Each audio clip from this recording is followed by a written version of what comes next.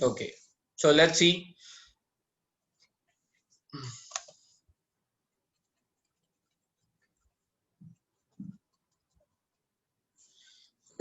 Question हमने कहाँ तक कर लिए डिस्कशन, शायद आई थिंक यहाँ तक हो गया है, 36 तक हो गया था, right? And we have to do till 49, यहाँ तक करना था। तो बताओ 37 to 49 डाउट्स। 45 सर 15 तक ही डिस्कस किया था। लास्ट टाइम पे डिस्कस किया ना, ये 30 यहाँ तक 36 लास्ट क्लास में। किसी ने पूछा था तो मैंने बताया था नहीं। नहीं सर। अच्छा, नहीं किया डिस्कस तो बस पूछ लो तुम भाई, बताओ डाउट्स बताओ जल्दी जल्दी। तो चलो मैं पहले स्टार्ट कर रहा हूँ 16 से 25, बस 10 क्वेश्चन में 10 क्वेश्चन में बताओ पहले डाउट्स 16 to 25। 20, 21, 24। 20, 21 24। ठीक है।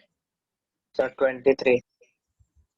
20, 21, 23, 24, एनी अदर 25 तक? 16। 25।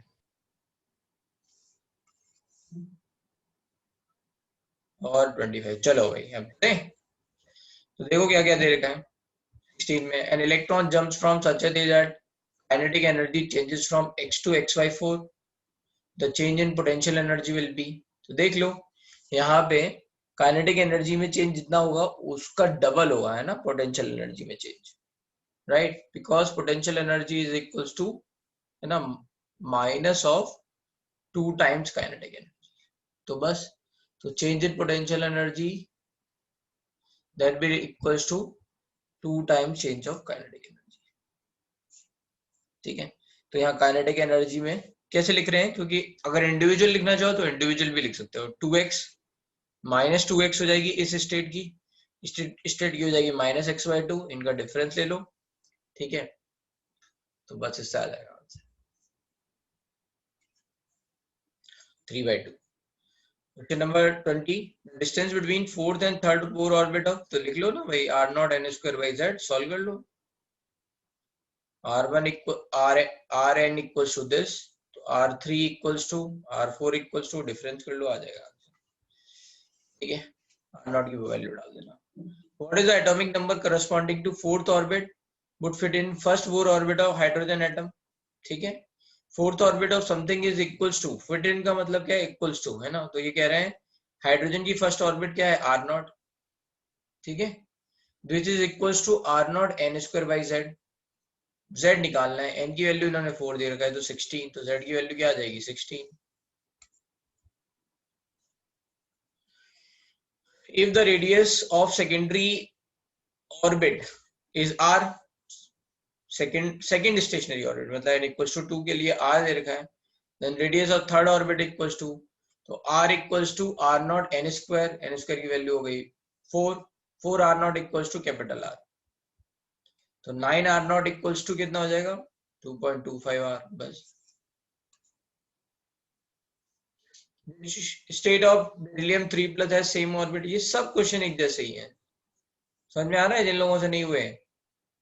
बेरिलियम के लिए n की वैल्यू 4 पुट कर दो, हाइड्रोजन एटम के बराबर होना चाहिए, बोल रहे हैं किस ऑर्बिट में, तो n की वैल्यू निकालनी है, तो r0 n² equals to, ground state पूछ रहे हैं, ground state of hydrogen atom, r0 equals to r0 n²/z। यहाँ n² नहीं पता है, z पता है, z की वैल्यू क्या है 4, सॉल्व कर लो, ये r0 कट गया, n की वैल्यू 2 आ गई। फिर लिखा है select incorrect graph for velocity this, तो देख लो velocity is proportional to z/n, तो यहाँ पे क्या हो गया, velocity is inversely proportional to n, तो ये सही हो गया, इनकरेक्ट पूछा है उन्होंने। फिर velocity is proportional to 1/n, 1/n को अगर एक मानोगे तो दिस इज प्रोपोर्शनल, तो ये भी सही हो गया। Velocity is proportional to z, ये भी सही हो गया। ये नहीं हुआ, है ना, वेलोसिटी इज लेट्स से लाइक दिस, ये ग्राफ नहीं आया, हो गया भाई 25। एनी अदर, किसी कोई सॉल्यूशन नहीं समझ में आया हो तो then ask.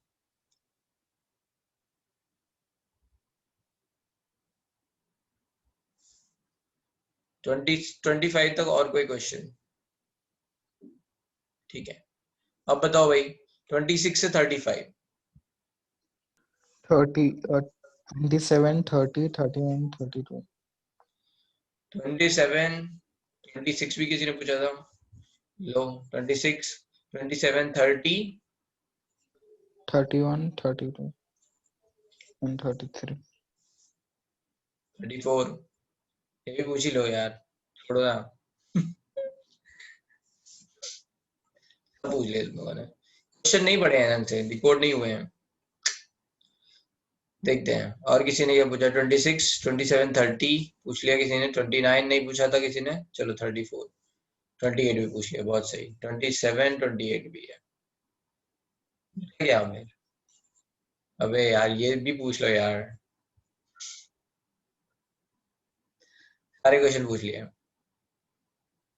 What is the frequency of revolution? क्या होता है? F equals to frequency, right, that is 1 upon t, t equals to 2 pi r by v। अब r और v की वैल्यू लिख लो, हो जाएगा आंसर। ठीक है, दिस इज टाइम पीरियड। एक ऑर्बिट को घूमने में कितना कितना डिस्टेंस चलेगा ये? 2 pi r। वेलोसिटी क्या होगी? v, तो distance by speed that is time, उसका उल्टा 1 by t आ जाएगा आंसर। कराए क्वेश्चन इस तरह के। Number of photons light having wave number x in 10 joule energy sources, लिख लो। वेव नंबर उन्होंने x दे रखा है, तो 10 equals to h c by lambda, 1 by lambda is new wave number, तो h c new bar which is written as x, so h c x। तो बस क्या पूछा इन्होंने? नंबर ऑफ फोटॉन्स पूछा है, सॉरी। कैसे लिखेंगे? n into 10 total energy, n n equals to e total equals to n into h c by lambda, energy of photon n से मल्टीप्लाई करो बस। n equals to क्या आ जाएगा? 10 divided by h c x। The ionization potential for electron in ground state is this. What would be the ionization potential of electron in first excited state? Ionization potential क्या होता है? Infinite तक भेजने के लिए। तो first excited state equals to n equals to 2, तो उसका हो जाएगा 3.4 माइनस 3.4 इलेक्ट्रॉन वोल्ट। तो डिफरेंस क्या होगा जीरो तक जाने के लिए? 3.4 इलेक्ट्रॉन वोल्ट। ठीक है, ये नहीं पूछा था किसी ने, चलो। 30 if revolution per second by electron in third orbit is delta, ये अगेन f इक्वल्स टू मैंने बताया था 1 by t and t equals to 2 pi r by v। तो 2 pi r का मतलब क्या होगा? 2 pi r naught n square by z, v is nothing but v naught z by n, तो ये क्या हो जाएगा? nq by z square, है ना, बाकी ये सब प्रोपोर्शनल में आएगा। तो ये हो गया t, तो f क्या हो जाएगा? z square by nq के प्रोपोर्शनल, सम कांस्टेंट k, इसको k मान लो, that is going to be z square by nq। अब देख लो रिवॉल्यूशन पर सेकेंड इन थर्ड ऑर्बिट, तो n की वैल्यू 3 रख दो, ठीक है। इस डेल्टा हाइड्रोजन में तो z की वैल्यू 1 रखो और इसको मान लो डेल्टा। देन द रिवॉल्यूशन पर second by electron in second orbit of helium ion, ये पुट कर दो, रेशियो ले लो, आ जाएगा आंसर। करके देखो तुरंत जरा सब लोग। 29 में पूछा गया according to Bohr theory angular momentum of any orbit is directly proportional to mvr equals to nh by 2 pi।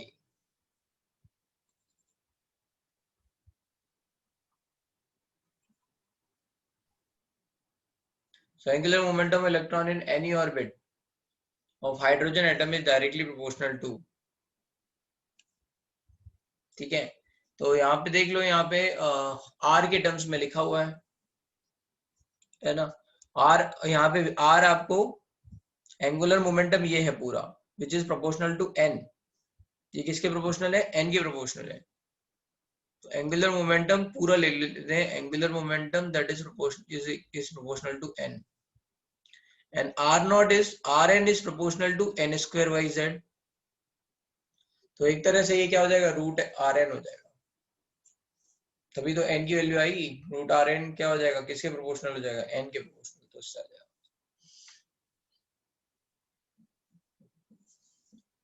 ठीक है,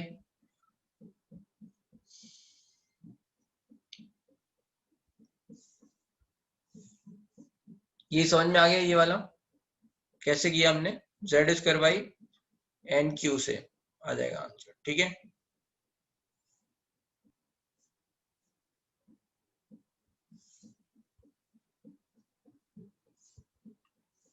फिर दे रखा है ये next, if the kinetic energy of moving electron moving in fourth orbit of hydrogen is this, symbol से मत घबराओ, है ना, बस उन्होंने क्या बोला है वो देखो।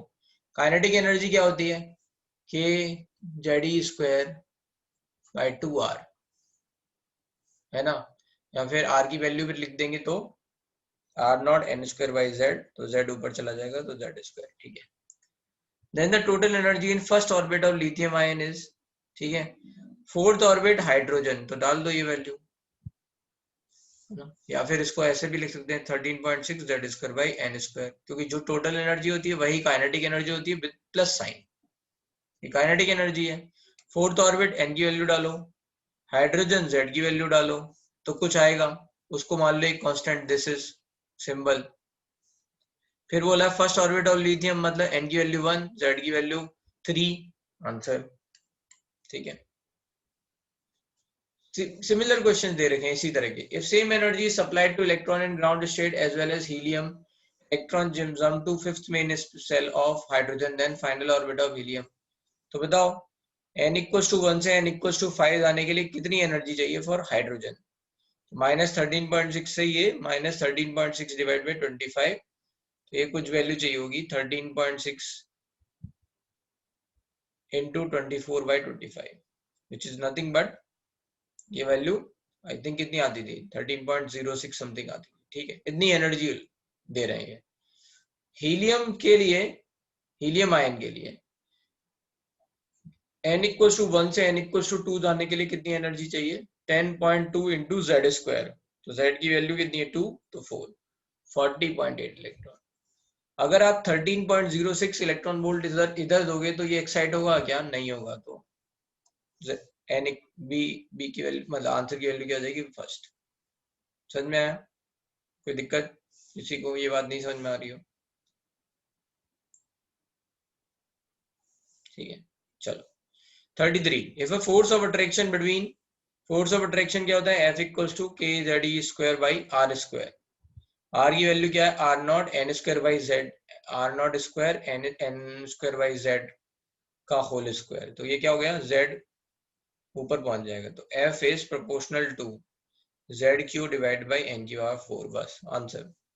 ए force of attraction between second orbit lithium, lithium का मतलब क्या है, जेड की वैल्यू 3 डाल दो, जेड की वैल्यू 3, एन की value 2, force of attraction first orbit of hydrogen atom, फिर डाल दो जेड और एन की वैल्यू 1 1,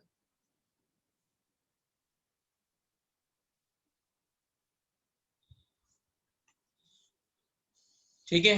तो इसमें 33 में करना क्या है, कौन सा क्वेश्चन रिपीट करना है दोबारा बता दो, फिर से मैं बता दे रहा हूँ। 33 में क्या करना है आपको, फोर्स का, है ना, एक्सप्रेशन देख लेना है, K Z square by R square, R square की वैल्यू दिख दी आपने, है ना, R naught square N square by Z, तो ये क्या होगा, जेड स्क्वायर ऊपर चला जाएगा तो जेड क्यू, और एन स्क्वायर का स्क्वायर एन 4, बस। तो ये प्रोपोर्शनलिटी साइन आ गया, अब आप इसमें वैल्यू पुट कर दो, आ जाएगा आंसर।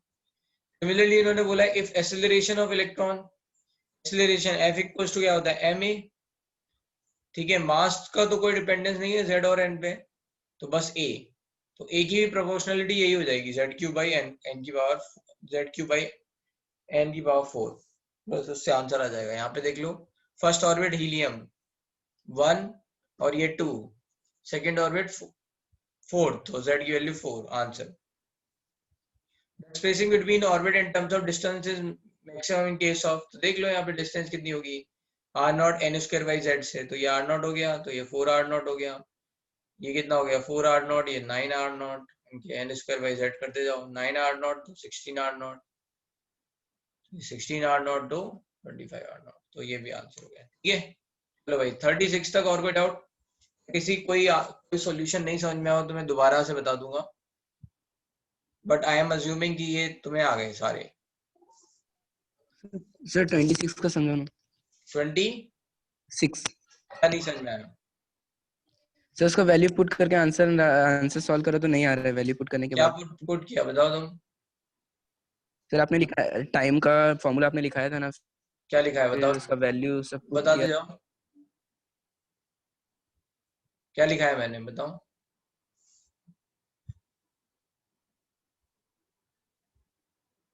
अरे सर बोलो वेट अ तो मोमेंट, हाँ, क्या रुकिए लिखा सर। है, टाइम इक्वल्स टू क्या लिखा है मैंने,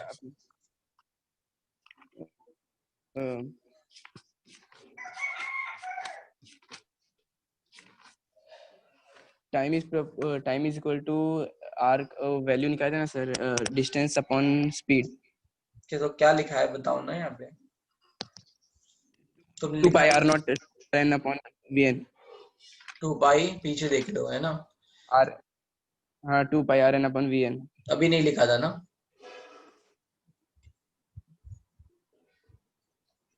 तो ठीक है कोई बात नहीं, 2 पाई R N by B N, R N की वैल्यू क्या है,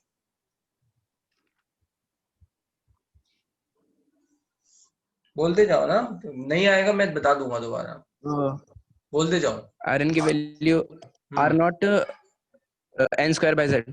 ठीक है, 2 पाई R R naught N square by Z, ठीक है, और v की value v naught Z by V N. Naught Z by.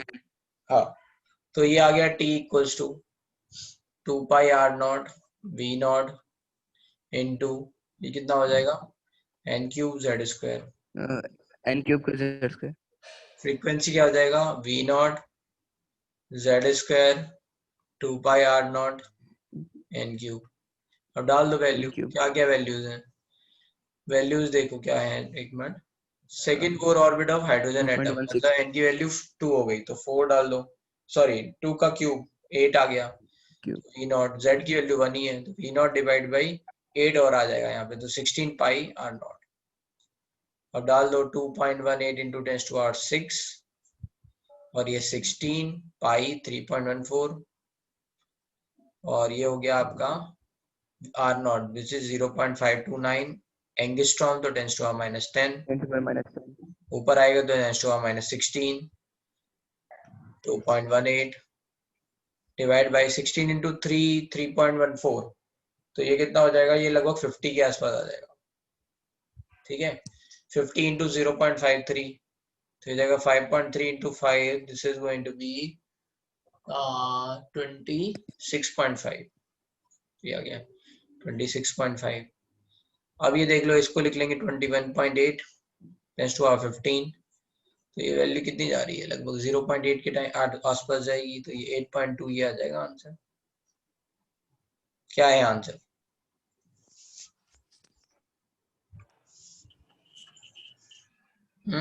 बताएं आंसर क्या है, वही से सॉल्व किया तो फिर आंसर नहीं आया, मतलब यही है किसी आंसर, कोई भी पहले मैच देखो नहीं तो, कर रहा था। ये आंसर 26 का डी है, तुमने सॉल्व ढंग से नहीं किया, कैलकुलेशन में प्रॉब्लम है, अभी ये तो नहीं सिखा सकते हैं, कैलकुलेशन ध्यान से करो है ना, टाइम लेके करो लेकिन धीरे धीरे करो, ओके। सर आपने सर आपने 21 का सी ऑप्शन बताया था, पर पीछे आंसर की में डी दिया है। नहीं मैंने नहीं बताया, मैंने नहीं बताया कुछ भी, 21 अच्छा को शायद, सॉरी, हाँ ये हाँ बताया था, इसमें आंसर कितना है, फोर्थ ऑर्बिट ना, हाँ तो देखो सी 16 नहीं है, बताया था आपने। सी हाँ नहीं है, 16 नहीं, डी दिया है। हाँ तो ये गलत दे रखा है, ठीक है, सी होगा यहाँ, तो डी तो ठीक आ है ही सर। नहीं सकता, वो फोर्थ एक्साइटेड स्टेट तो नहीं था, मैंने एक मिनट पढ़ लेता हूँ एक बार, जल्दबाजी में पढ़ा हो तो, आगे क्वेश्चन, यस फोर्थ ऑर्बिट ही है ना, हाँ ठीक है, फोर्थ ऑर्बिट, ये फर्स्ट तो ये 25 तो आएगा नहीं कैसे भी, फोर्थ का स्क्वायर जो भी बनेगा, राइट, ठीक है, फोर्थ एक्साइटेड स्टेट होता तो बात अलग थी, ठीक है, ओके चलो।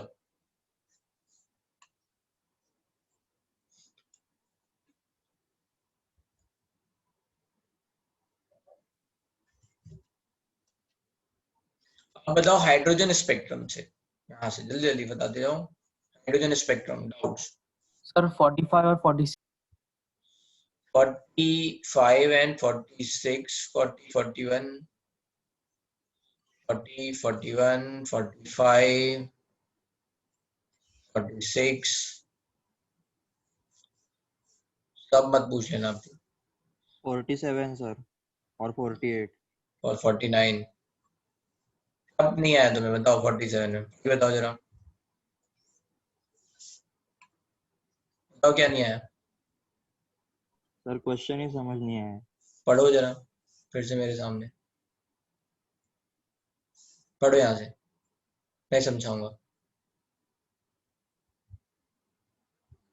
बोल बोल के पढ़ो ना ताकि बाकी लोगों को भी समझ में आए कि क्या बोल रहे हो The emission spectra are observed by the consequence of transition of electron from higher energy state to ground state in lithium 2 plus ion. क्या बोल रहे हैं ये इमिशन निकल स्पेक्ट्रा मतलब स्पेक्ट्रल लाइंस देख रहे हैं ठीक है हाँ कहाँ से इलेक्ट्रॉन हायर से ग्राउंड स्टेट में आ रहा है तो ये कहानी तो तुम्हें पहले ही पता है इमिशन में हायर से ग्राउंड स्टेट में आते हैं ठीक है कहाँ आ रहे हैं लिथियम 2 प्लस आयन में आ रहे हैं ओके फिर क्या लिखा है फिर पढ़ो 6 different types of photons are observed during इसका the मतलब क्या है 6 डिफरेंट टाइप्स ऑफ फोटोन का कोई फॉर्मूला बताया था रिवाइज किया sir delta n into delta n plus 1 upon 2.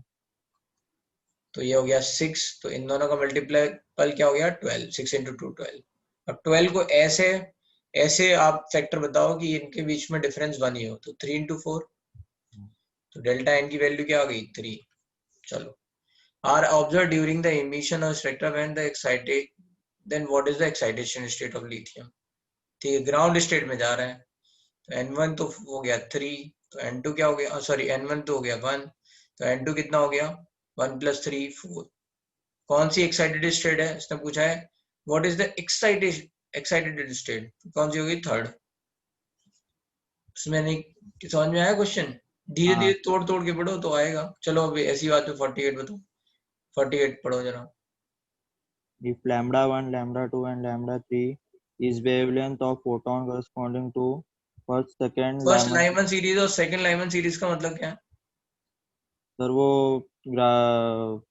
Second first Lyman series मतलब सेकंड से फर्स्ट में आ रहा है सेकंड से फर्स्ट में आ रहा है और सेकंड से थर्ड से फर्स्ट में आ रहा है मतलब सेकंड Lyman सीरीज तो देखो इन्होंने इसकी लैम्डा 1 और लैम्डा 2 दे रखी है ये हो गई फिर फर्स्ट बामर सीरीज का मतलब ये हो गया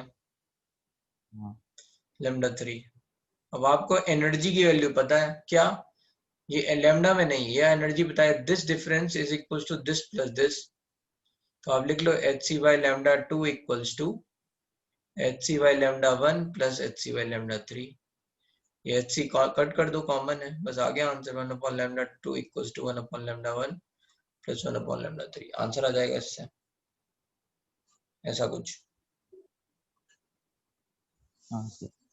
ठीक है चलो बताओ और नहीं हाँ बताओ तरंग क्या नहीं समझ में आया 40 41 में तरंग तो क्वेश्चन हाँ hello sir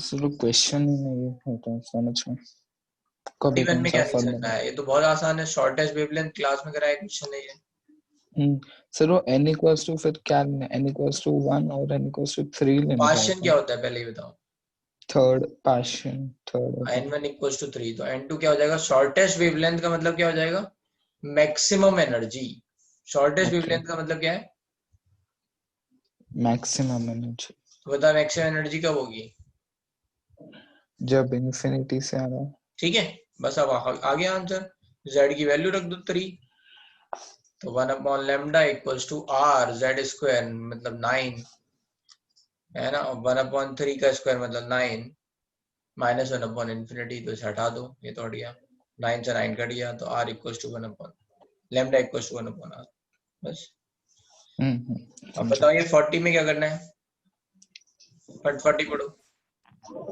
When an electron makes a transition from n plus 1 state to nth state, the frequency of emitted radiation is related to n according to n is greater than 1. हाँ तो ये क्या कह रहे हैं देखो electron transit कर रहे हैं हायर से लोअर है ना n+1 से n में और frequency is related two is they रखा है उन्होंने, कैसे ये आएगी फ्रीक्वेंसी, है ना। आपको ये बात पता है 1 by lambda equals to r z square, क्योंकि ये फॉर्मूला में देख लो यहाँ ऑप्शन में r z square दिख रहा है सब जगह, तो r z square 1 upon n plus 1 का whole square minus 1 upon sorry उल्टा n square minus 1 upon n plus 1 का होल स्क्वायर लैम्डा आ गया। इसको c से मल्टीप्लाई करेंगे तो c by lambda बन जाएगा, which I have told you is nothing but frequency। इन्होंने फ्रीक्वेंसी ही पूछा है। So nu equals to c by lambda which is equals to rc z square this। अब इसका एलसीएम ले लो तो हो जाएगा n स्क्वायर n प्लस 1 का होल स्क्वायर और ये इधर चला जाएगा तो this is n square plus 1 plus 2n, खोल दिया हमने n प्लस 1 का होल स्क्वायर और ये माइनस में है तो ये माइनस n स्क्वायर, तो ये कट गया। अब अप्रोक्सीमेशन लगा लो, n is much greater than 1, इसका मतलब क्या हुआ n plus 1 is approximately n, है ना। जैसे 1001 लिखा है तो क्या लिख लोगे 1000, या 2001 लिखा हुआ है 2n प्लस 1 लिखा हुआ है तो क्या लिख लोगे 2000, बस ये अप्रोक्सीमेशन लगा देना है। तो यहाँ 2n प्लस 1 क्या हो जाएगा 2n और यहाँ n प्लस 1 कितना हो जाएगा n, तो n की पावर 4, n से n कट गया तो 3 रह गया, तो 2 डिवाइड बाई n क्यूब। अब इसमें जोड़ दो तो ये हो जाएगा r c z square 2 divide by n cube. समझ में आया? हाँ सर। हाँ चलो भाई बताओ पार्थ क्या दिक्कत है पार्थ 45 46 में? 45 का आंसर मेरा सी ऑप्शन आ रहा है और 46 का ए आ रहा है, पर आंसर की में 45 का आंसर बी है और 46 का सी।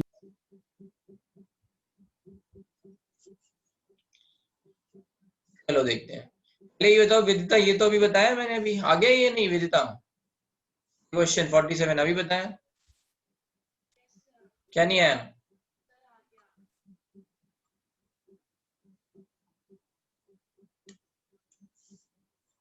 बेटा आपके पास मेरी आवाज आ रही है?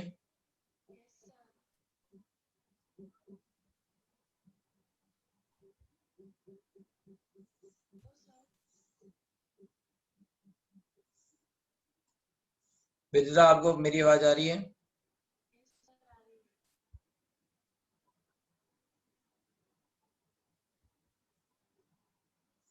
टाइप करो यस नो कुछ भी।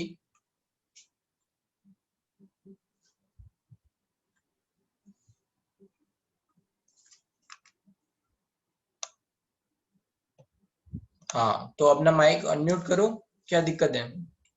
हो नहीं रहा?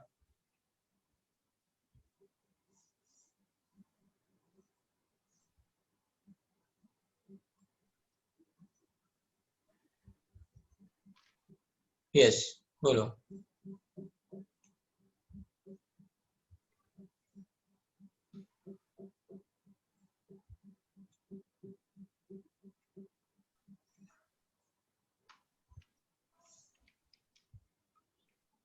अब बोलना भी पड़ेगा ना।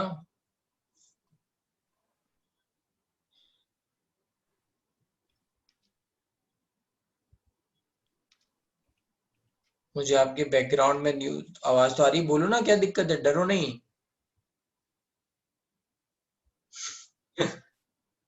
बेटा अगर आप पूछोगे नहीं, ऐसे डरते रहोगे तो फिर कैसे आप अपने डाउट पूछोगे आगे?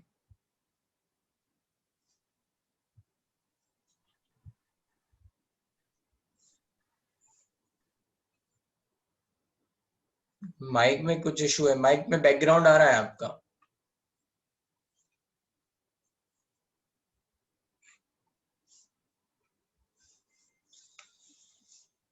चलो ठीक है तो ओके, आपको 47 समझ में आ गया? 47 अभी बताया हमने।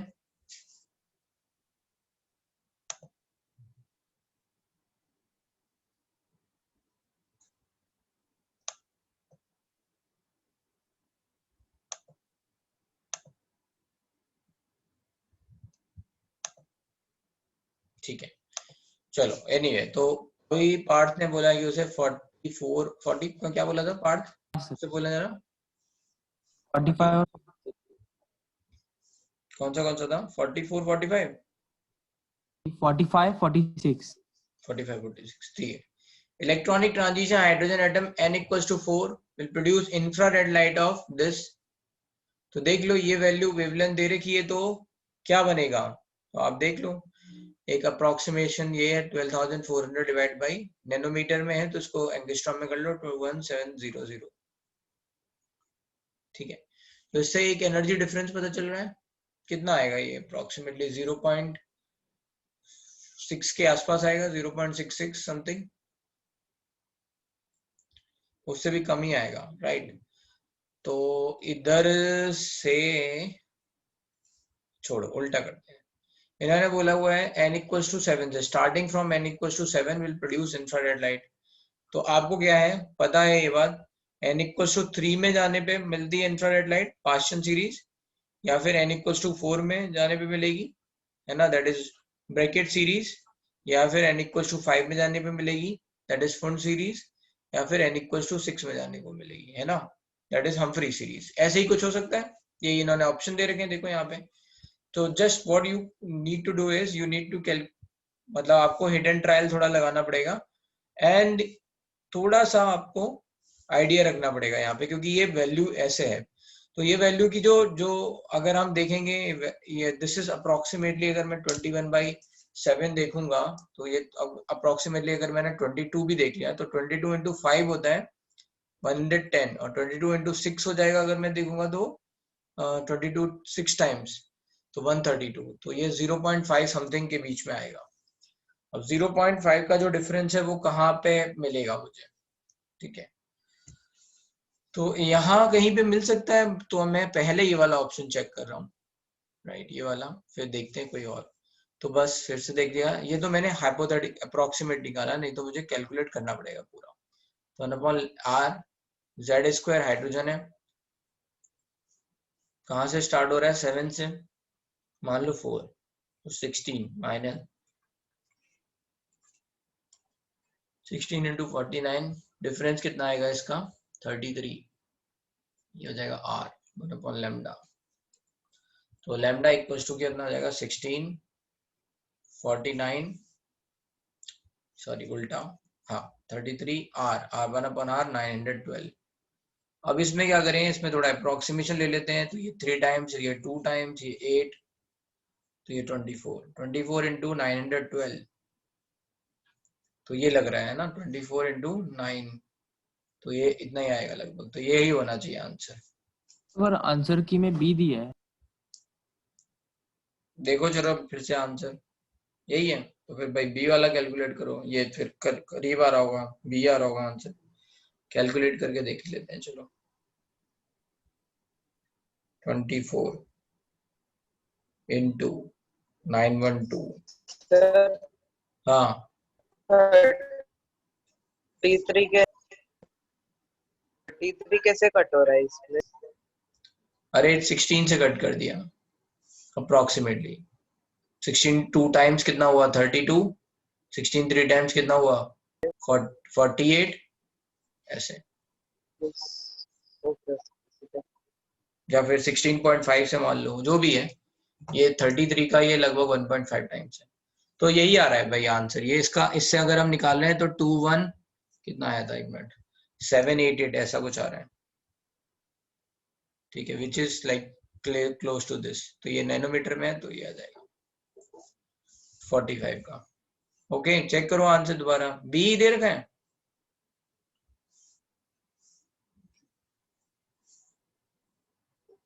सर सी दी है।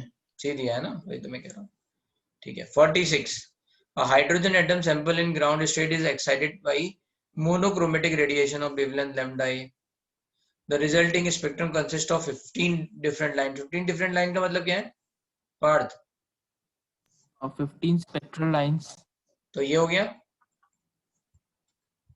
सही है, 2 को इधर मल्टीप्लाई कर दो तो कितना हुआ 30, 30 के ऐसे फैक्टर जिनमें डिफरेंस 1 का हो, तो 6 into 5, डेल्टा एन की वैल्यू आ गई 5, ठीक है ना, n+1 6 होगा तो डेल्टा एन क्या होगा 5। अब इन्होंने बोला है हाइड्रोजन ग्राउंड स्टेट है, ग्राउंड स्टेट से पहुंचा है वो कहाँ पे है ना, मतलब ये कह रहे हैं कि हमने इस इलेक्ट्रॉन को पहले ग्राउंड स्टेट में था, ऐसी स्टेट में भेज दिया है ना कि ये जब वापस आएगा तो 15 इसने फोटोन छोड़ दिए, तो ये कौन सी स्टेट हो गई? डेल्टा n इक्वल्स टू 5, तो n1 इक्वल्स टू 1, तो n2 इक्वल्स टू 6, तो n2 की वैल्यू 6 आ गई। अब पूछ रहे हैं the resulting spectrum consist of, ठीक है, what is the wavelength? Wavelength of किसकी बतानी है हमें, है ना, मोनोक्रोमेटिक रेडिएशन की बतानी है, जो इस पे गिर रहा था जिसके कारण ये एक्साइट हो गया। तो बस एनर्जी का डिफरेंस लिख लो, विच इज 1 to 6, तो ये कितना आ जाएगा? -13.6 डिवाइड बाई 36, और ये हो जाएगा -13.6। इनका डिफरेंस कितना आएगा? 13.6 इंटू 35 डिवाइड बाई 36, ये डिफरेंस आएगा, है ना। 1/36 को 1 से सब्ट्रैक्ट करेंगे तो यही आएगा 35 36, और ये वैल्यू कितनी आ जाएगी? 36 से अगर देखें तो ये कितना था? 9 से कटता है तो कितना आता था? 1.51/4, 4 से और कट कर देंगे तो 0. आ जाएगा 3738 मान लो, 38 इंटू 35, तो कैलकुलेशन है यार, मतलब उतनी ही वैल्यू आएगी। इसको 1/36 आ गया ना, इससे सब्ट्रैक्ट कर देंगे तो ये आ जाएगा 13.22, ये इलेक्ट्रॉन वोल्ट आ गया। अब देख लो 12,400 डिवाइड बाई 13.22, ये तो एक तरीका है। दूसरा तरीका क्या है? 1/λ वाला, वही 1/λ equals to r z square पता है, z की वैल्यू 1, n1 1 माइनस 1/36, तो इससे भी आएगा 35/36 r, तो लैम्डा की वैल्यू क्या आ जाएगी? 36/35 912। इससे सॉल्व कर लो, किसी से भी सॉल्व कर लो, आंसर आ जाएगा। इससे शायद आसान पड़ रहा है। 35 को 70 का मतलब वो मान लें 2 इंटू 2 से मल्टीप्लाई कर दो लेफ्ट से, तो 70 से कितनी बार जाएगा? 13 टाइम्स, तो 13 इंटू 72 कितना हो गया? 91 93, ये आ गया, कितना हुआ? 936 के आसपास ही आ गया, 937। ठीक है, ऐसे आंसर कर लो सॉल्व, जिसको जैसे क्लिक कर जाए। करेक्ट। और कोई क्वेश्चन भाई यहाँ तक 49 तक? देखो और कोई नहीं समझ में आ रहा हो? ये वितान पूछा था, if the shortest wavelength of hydrogen atom in Lyman series is x, ठीक है, then the longest wavelength is going to be, तो shortest wavelength of Lyman series is going to be, shortest wavelength मतलब maximum energy, n equals to infinite to n equals to 1, ये हो जाएगी x, ठीक है, which is nothing but, अगर हम देखें तो लैम्डा से 1/r 1 माइनस 1 इनफाइनाइट, तो 1/r की वैल्यू दे रखी है एक तरह से, 1/λ इक्वल्स टू r दिस, तो आपको है ना लैम्डा की वैल्यू क्या आई? 1/r which is given as x, ये दे रखा है। Longest wavelength in Balmer series of helium ion, longest wavelength का मतलब क्या हुआ? Minimum energy. ये कौन से में देखना है इन्होंने? बार्मर सीरीज देखना है हीलियम का, तो बस 1/λ equals to r z square, तो z की वैल्यू कितनी हो गई? 4, कहां से? 1/4 माइनस 1/9, इसका एलसीएम 36 और ये डिफरेंस 5, तो 5/36 इंटू 4 इंटू r, 4 से कट कर लो 9 टाइम्स, बस ये 1/λ हो गया, तो लैम्डा इक्वल्स टू क्या हो जाएगा? 9/5 1/r, 9/5 1/r की वैल्यू x है, तो 9/5 कितना हो जाएगा? ये हो गया आंसर। ठीक है, और कोई डाउट इसमें?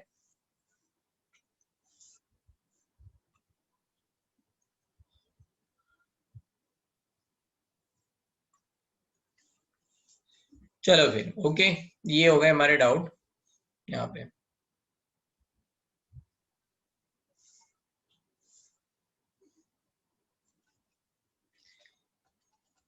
बताओ ये सब्जेक्टिव में, जल्दी जल्दी बताते जाओ। सब्जेक्टिव, सब्जेक्टिव में हाइड्रोजन स्पेक्ट्रम,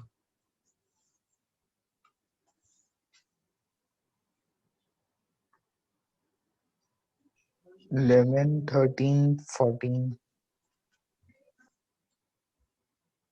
11 13 14, 17. 17. Okay, और any other question? तो पूछो, जल्दी जल्दी पूछो। 22. 22, जल्दी पूछो। Okay, any other?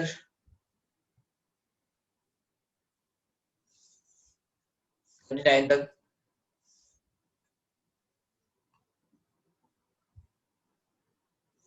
28, और भाई बताओ।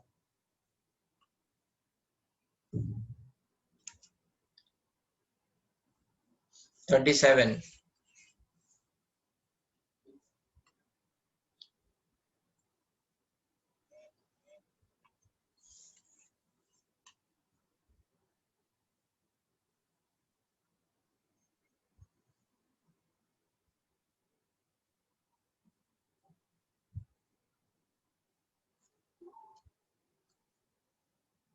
ठीक है, चलो स्टार्ट कर रहे हैं।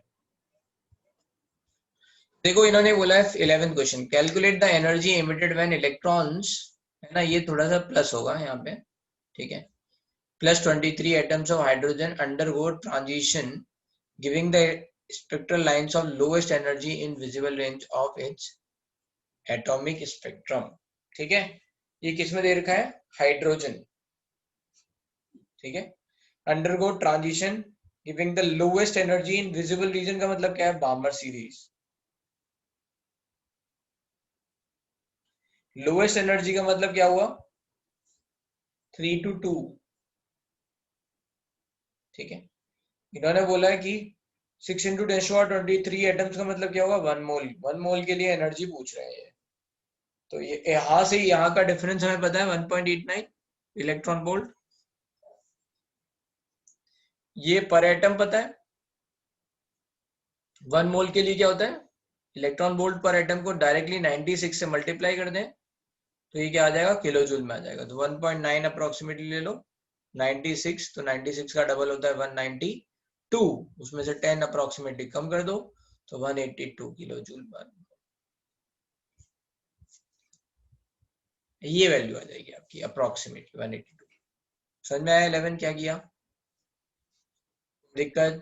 Question number 13, threshold wavelength of photo electric effect of, photo electric effect अभी हमने नहीं किया है तो छोड़ दो इसको, फोटो इलेक्ट्रिक इफेक्ट, है ना। One of the series of hydrogen spectrum can be represented by equation in terms of wave number.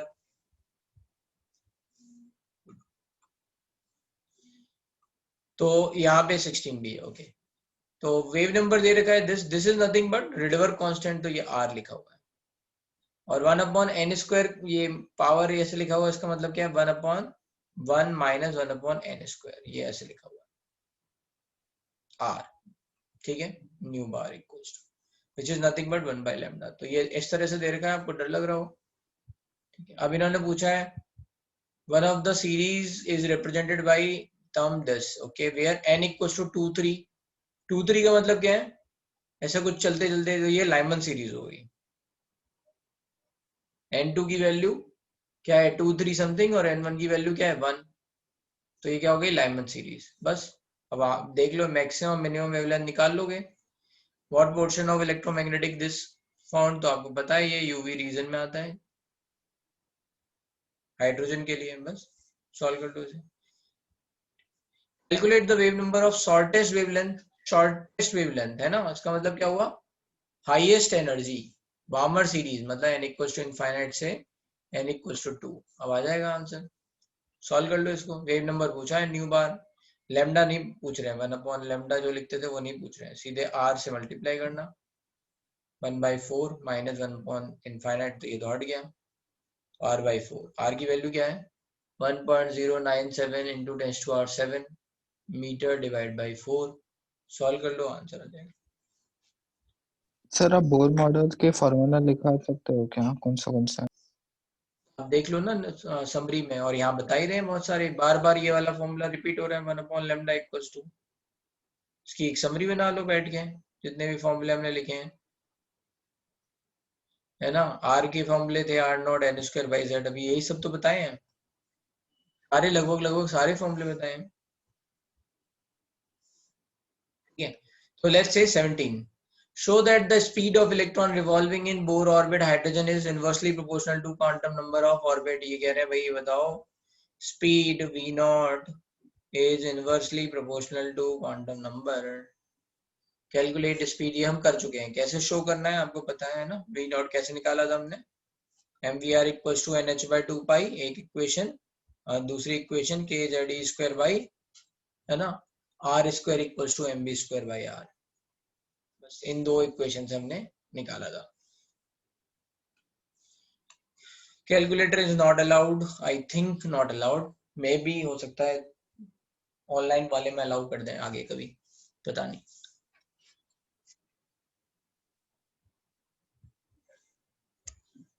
Calculate this speed for n equals to 2 and the time taken by. तो आप निकाल लेना 10 by 10 second 10 10 to power 7 revolution पर. Revolution का मतलब क्या हुआ कि इन्होंने आपको टोटल दे रखे हैं कितने रेवोल्यूशन हो गए हैं आपको निकालना है. ठीक है, एक रिवॉल्यूशन में टाइम लगता है वो होता है टाइम पीरियड. 10 to power 7 में कितना लगेगा 1 to t. Answer. Question number next 22. Electron energy in hydrogen atom is. ये वैल्यू क्या लिखी हुई है -21.7. This value is nothing but -13.6 electron volt. इसका एक अलग तरीका है, एक और तरह से लिख दिया है बस, और कुछ नहीं है. Calculate the energy required to remove electron completely from n equals to 2. तो कितना एनर्जी चाहिए n equals to 2 से n equals to infinite तक जाने में. हाइड्रोजन एटम है तो एनर्जी चाहिए 3.4 इलेक्ट्रॉन वोल्ट बस. What is the longest wavelength of light that can be used for this transition? 3.4 के corresponding what is the wavelength? तो वही 12,400 करके निकाल लो या फिर 1 by lambda से निकाल लो. 1 by lambda equals to क्या हो जाएगा r 1 by 4 minus infinite. तो बस इससे आंसर आ जाएगा. इससे आंसर आएगा 4 into 912. So 3648 angstrom. ठीक है, next question number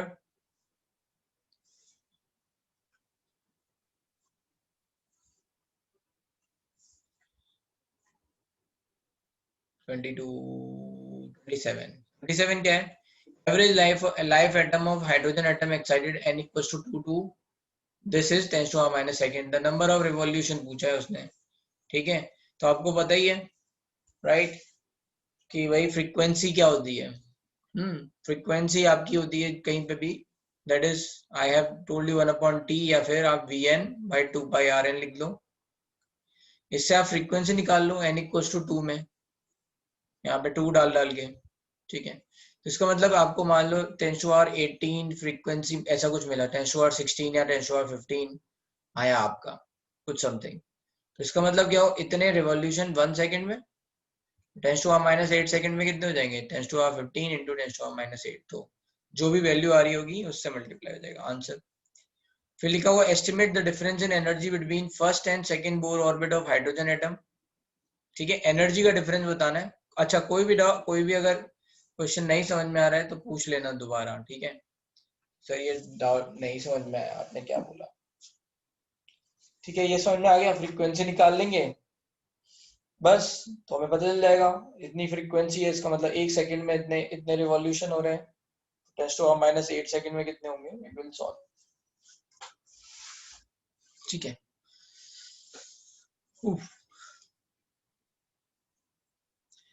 now next है find out the number of waves made by bore. नहीं ये नहीं है, ये वाला. हाँ, estimate the difference in energy between first and second orbit of hydrogen atom. ठीक है, तो फर्स्ट एंड सेकंड एनर्जी हमें पता ही है 13.6 3.4 तो 10.2. At what maximum atomic number the transition from n equals to 2 to n equals to 1 would energy level would result in emission of X-ray with 3 into 10 to the -8 meter. Which hydrogen atom like species does this atomic number correspond to? तो देख लो भाई n equals to 2 से n equals to 1 की value होती है 10.2 z square. ठीक है, कोई भी उसके लिए. ठीक है, ये एनर्जी आ गई राइट. या फिर आप इसको ना लिखो, आप लैम्डा को लिख लो. लैम्डा की वैल्यू ये 10 to the -8 मीटर में दे रखा है, तो ये हो गया एक तरह से 300 into 10 to the -10 metre which is 300 angstrom. ठीक है, ये वैल्यू आ गई 300 एंगस्ट्रॉम। तो आपको लैम्डा की वैल्यू पता है एक तरह से,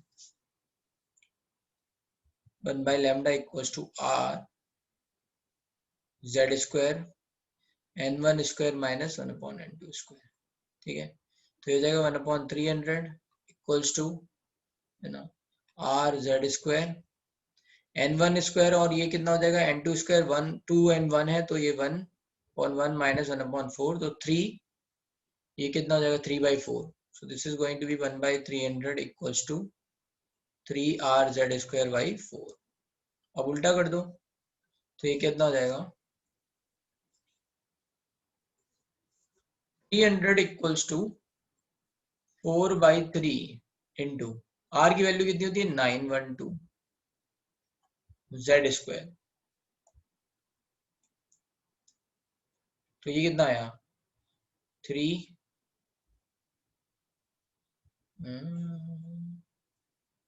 गड़बड़ किया क्या,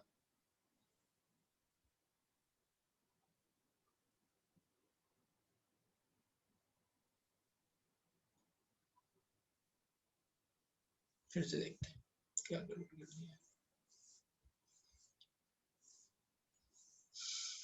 ठीक है, तो ये हमें पता है first and bore orbit of hydrogen atom के हिसाब से एनर्जी 10.2 होता है, लेकिन कोई बात नहीं, यहाँ पे हम दूसरा मेथड लगा रहे हैं।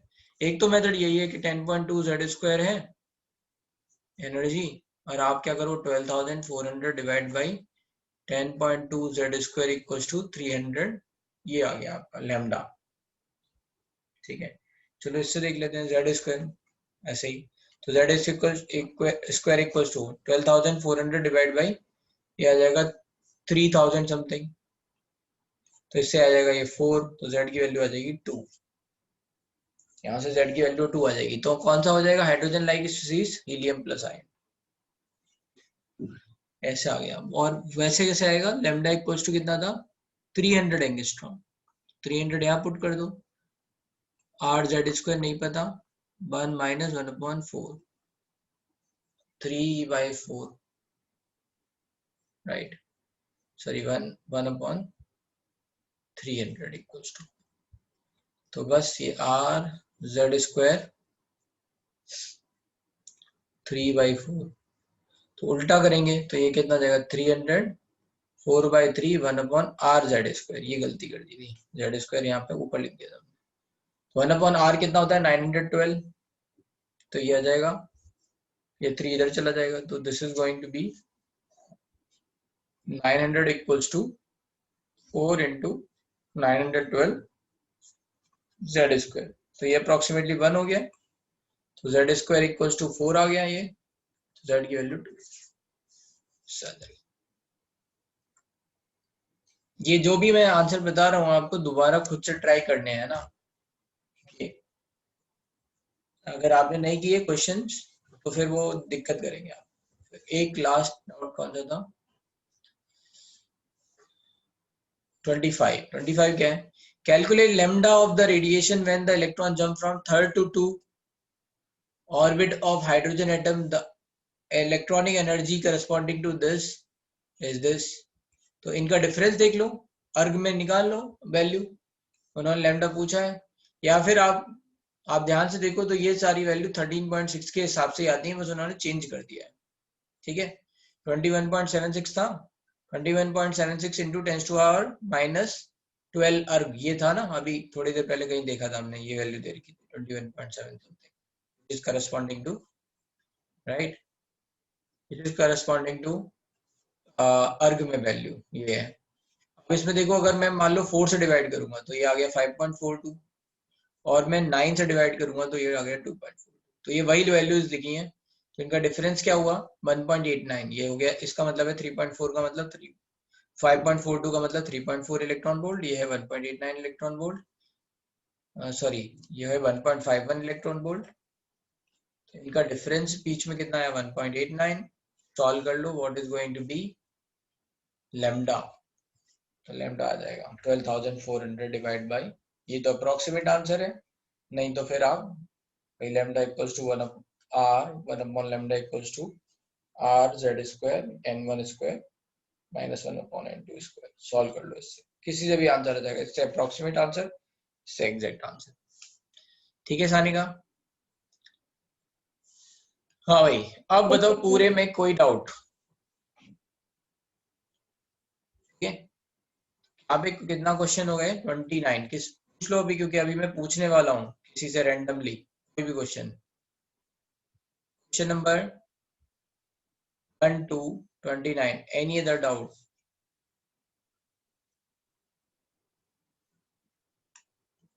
और जिसका जिसका रिप्लाई नहीं आएगा उसको भगा दूंगा मैं। I'll not waste time.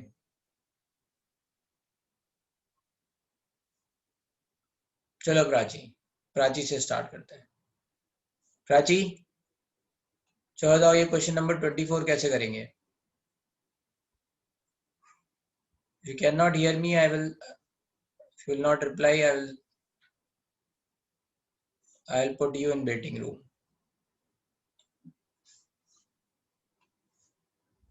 आप लोग अगर अपनी बातें खुल के नहीं बोल पाओगे, करोगे नहीं होमवर्क, तो कुछ अच्छा नहीं निकलेगा। हाँ प्राची, चलो प्राची को सुनाई नहीं दिया। बताओ भाई समृद्धि, कैसे करेंगे क्वेश्चन नंबर 24?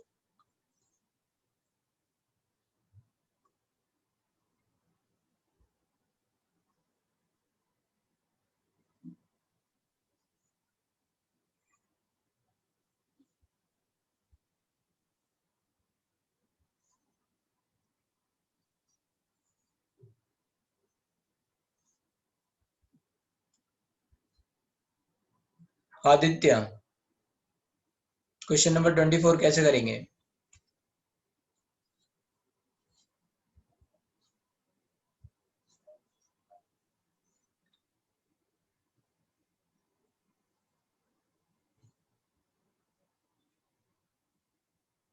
देखो तुम लोग अब रिप्लाई नहीं कर रहे हो।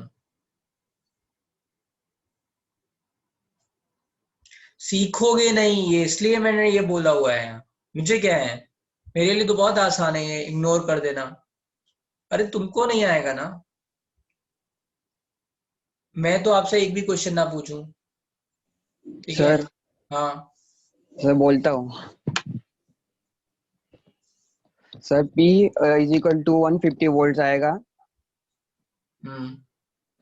फिर सर उधर दिया है कि 1 second 15 joule of energy emit हो रही है।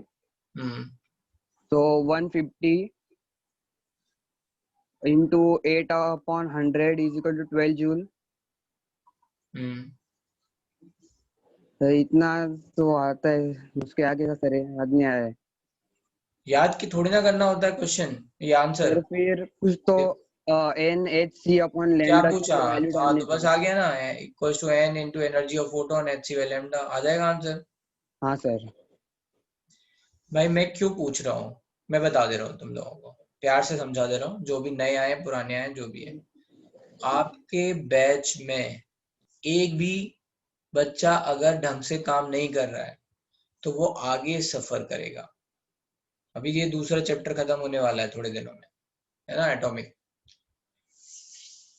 और अभी तो मैं थोड़ा पूछ ले रहा हूँ क्योंकि मुझे लगता है ठीक है, फिर उसके बाद क्या होगा, मेरे को लगेगा यार आप लोग बताते नहीं हो आंसर, मैं भी पूछना बंद कर दूंगा। किससे किसका नुकसान है? मेरा थोड़ा ना नुकसान है। आप नहीं बताओगे तो मैं समझ जाऊंगा कि यहाँ पे बच्चे जो है ना वो नहीं बताते हैं या डरते हैं, पूछते नहीं है। तो आप मुझसे 10 क्वेश्चन पूछो, मैं सारे बताऊंगा, हर क्वेश्चन का आंसर बताऊंगा विदाउट सेइंग इन नो। लेकिन जब मैं आपसे पूछ रहा हूँ तो आप भी बताओ ना। अभी आदित्य ने बताया नहीं आता उसको, तो मैं हेल्प करता हूँ उसको यहाँ पे। लेकिन ये जो डर है, सर से डर है कि सर डांटेंगे, डांटेंगे कभी कभी डांटेंगे, लेकिन क्या होगा, उससे भाग थोड़े ना जाओगे। कर नहीं रहे हो यार आप लोग।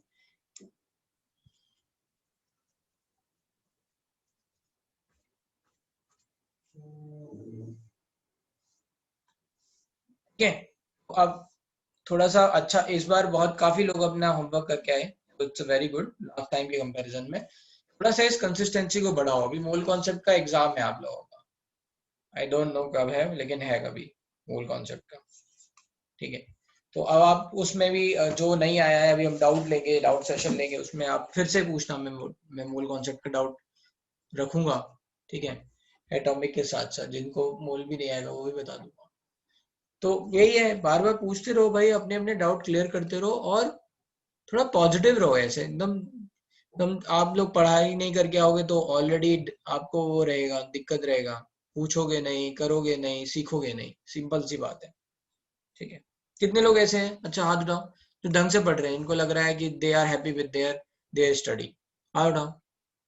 देखो मेरे को नहीं पता, मैं नहीं देख रहा हूँ, है ना, I am not seeing you, but you should tell me yourself कि यार सर मैं अपनी स्टडी से खुश हूँ। देखो 2 बच्चे ही कह रहे हैं केवल ऐसा, यशस्वी एंड पार्थ एंड श्रुति, 3 लोग बोल रहे हैं। ठीक है, मेरे को नहीं पता, आई am not judging them, but तुम्हें खुद में कॉन्फिडेंस नहीं आ रहा है।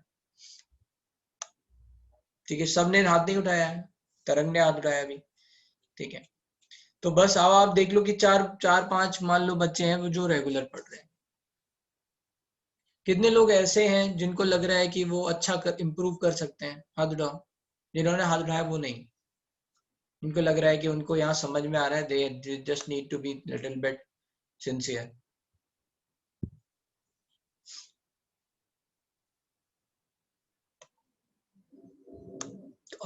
कौन ऐसा है जिसको कुछ समझ में नहीं आ रहा, वो अभी ये सब लोग हाथ नीचे कर लो। जिनको लग रहा है कि केमिस्ट्री बहुत टफ जा रहा है, मुझे कुछ समझ में नहीं आ रहा, I am without scolding, I want to have one on one conversation. उसको कुछ समझ में नहीं आ रहा। सोहम, आपको कुछ समझ में नहीं आ रहा है? कोई और भी है जिसको कुछ समझ में नहीं आ रहा है? अगर कल मैं टेस्ट ले लूंगा तो आप केमिस्ट्री में मतलब ठीक ठाक नंबर ले आओगे, माइनस में नहीं आएंगे, ऐसा ऐसा राइट। जिनको कुछ समझ में नहीं आ रहा उनके माइनस में नंबर आ जाते हैं 2-4, ऐसा सबको लग रहा है। तो अभी देखो ये टेस्ट होगा, इसमें पता चलेगा। ठीक है,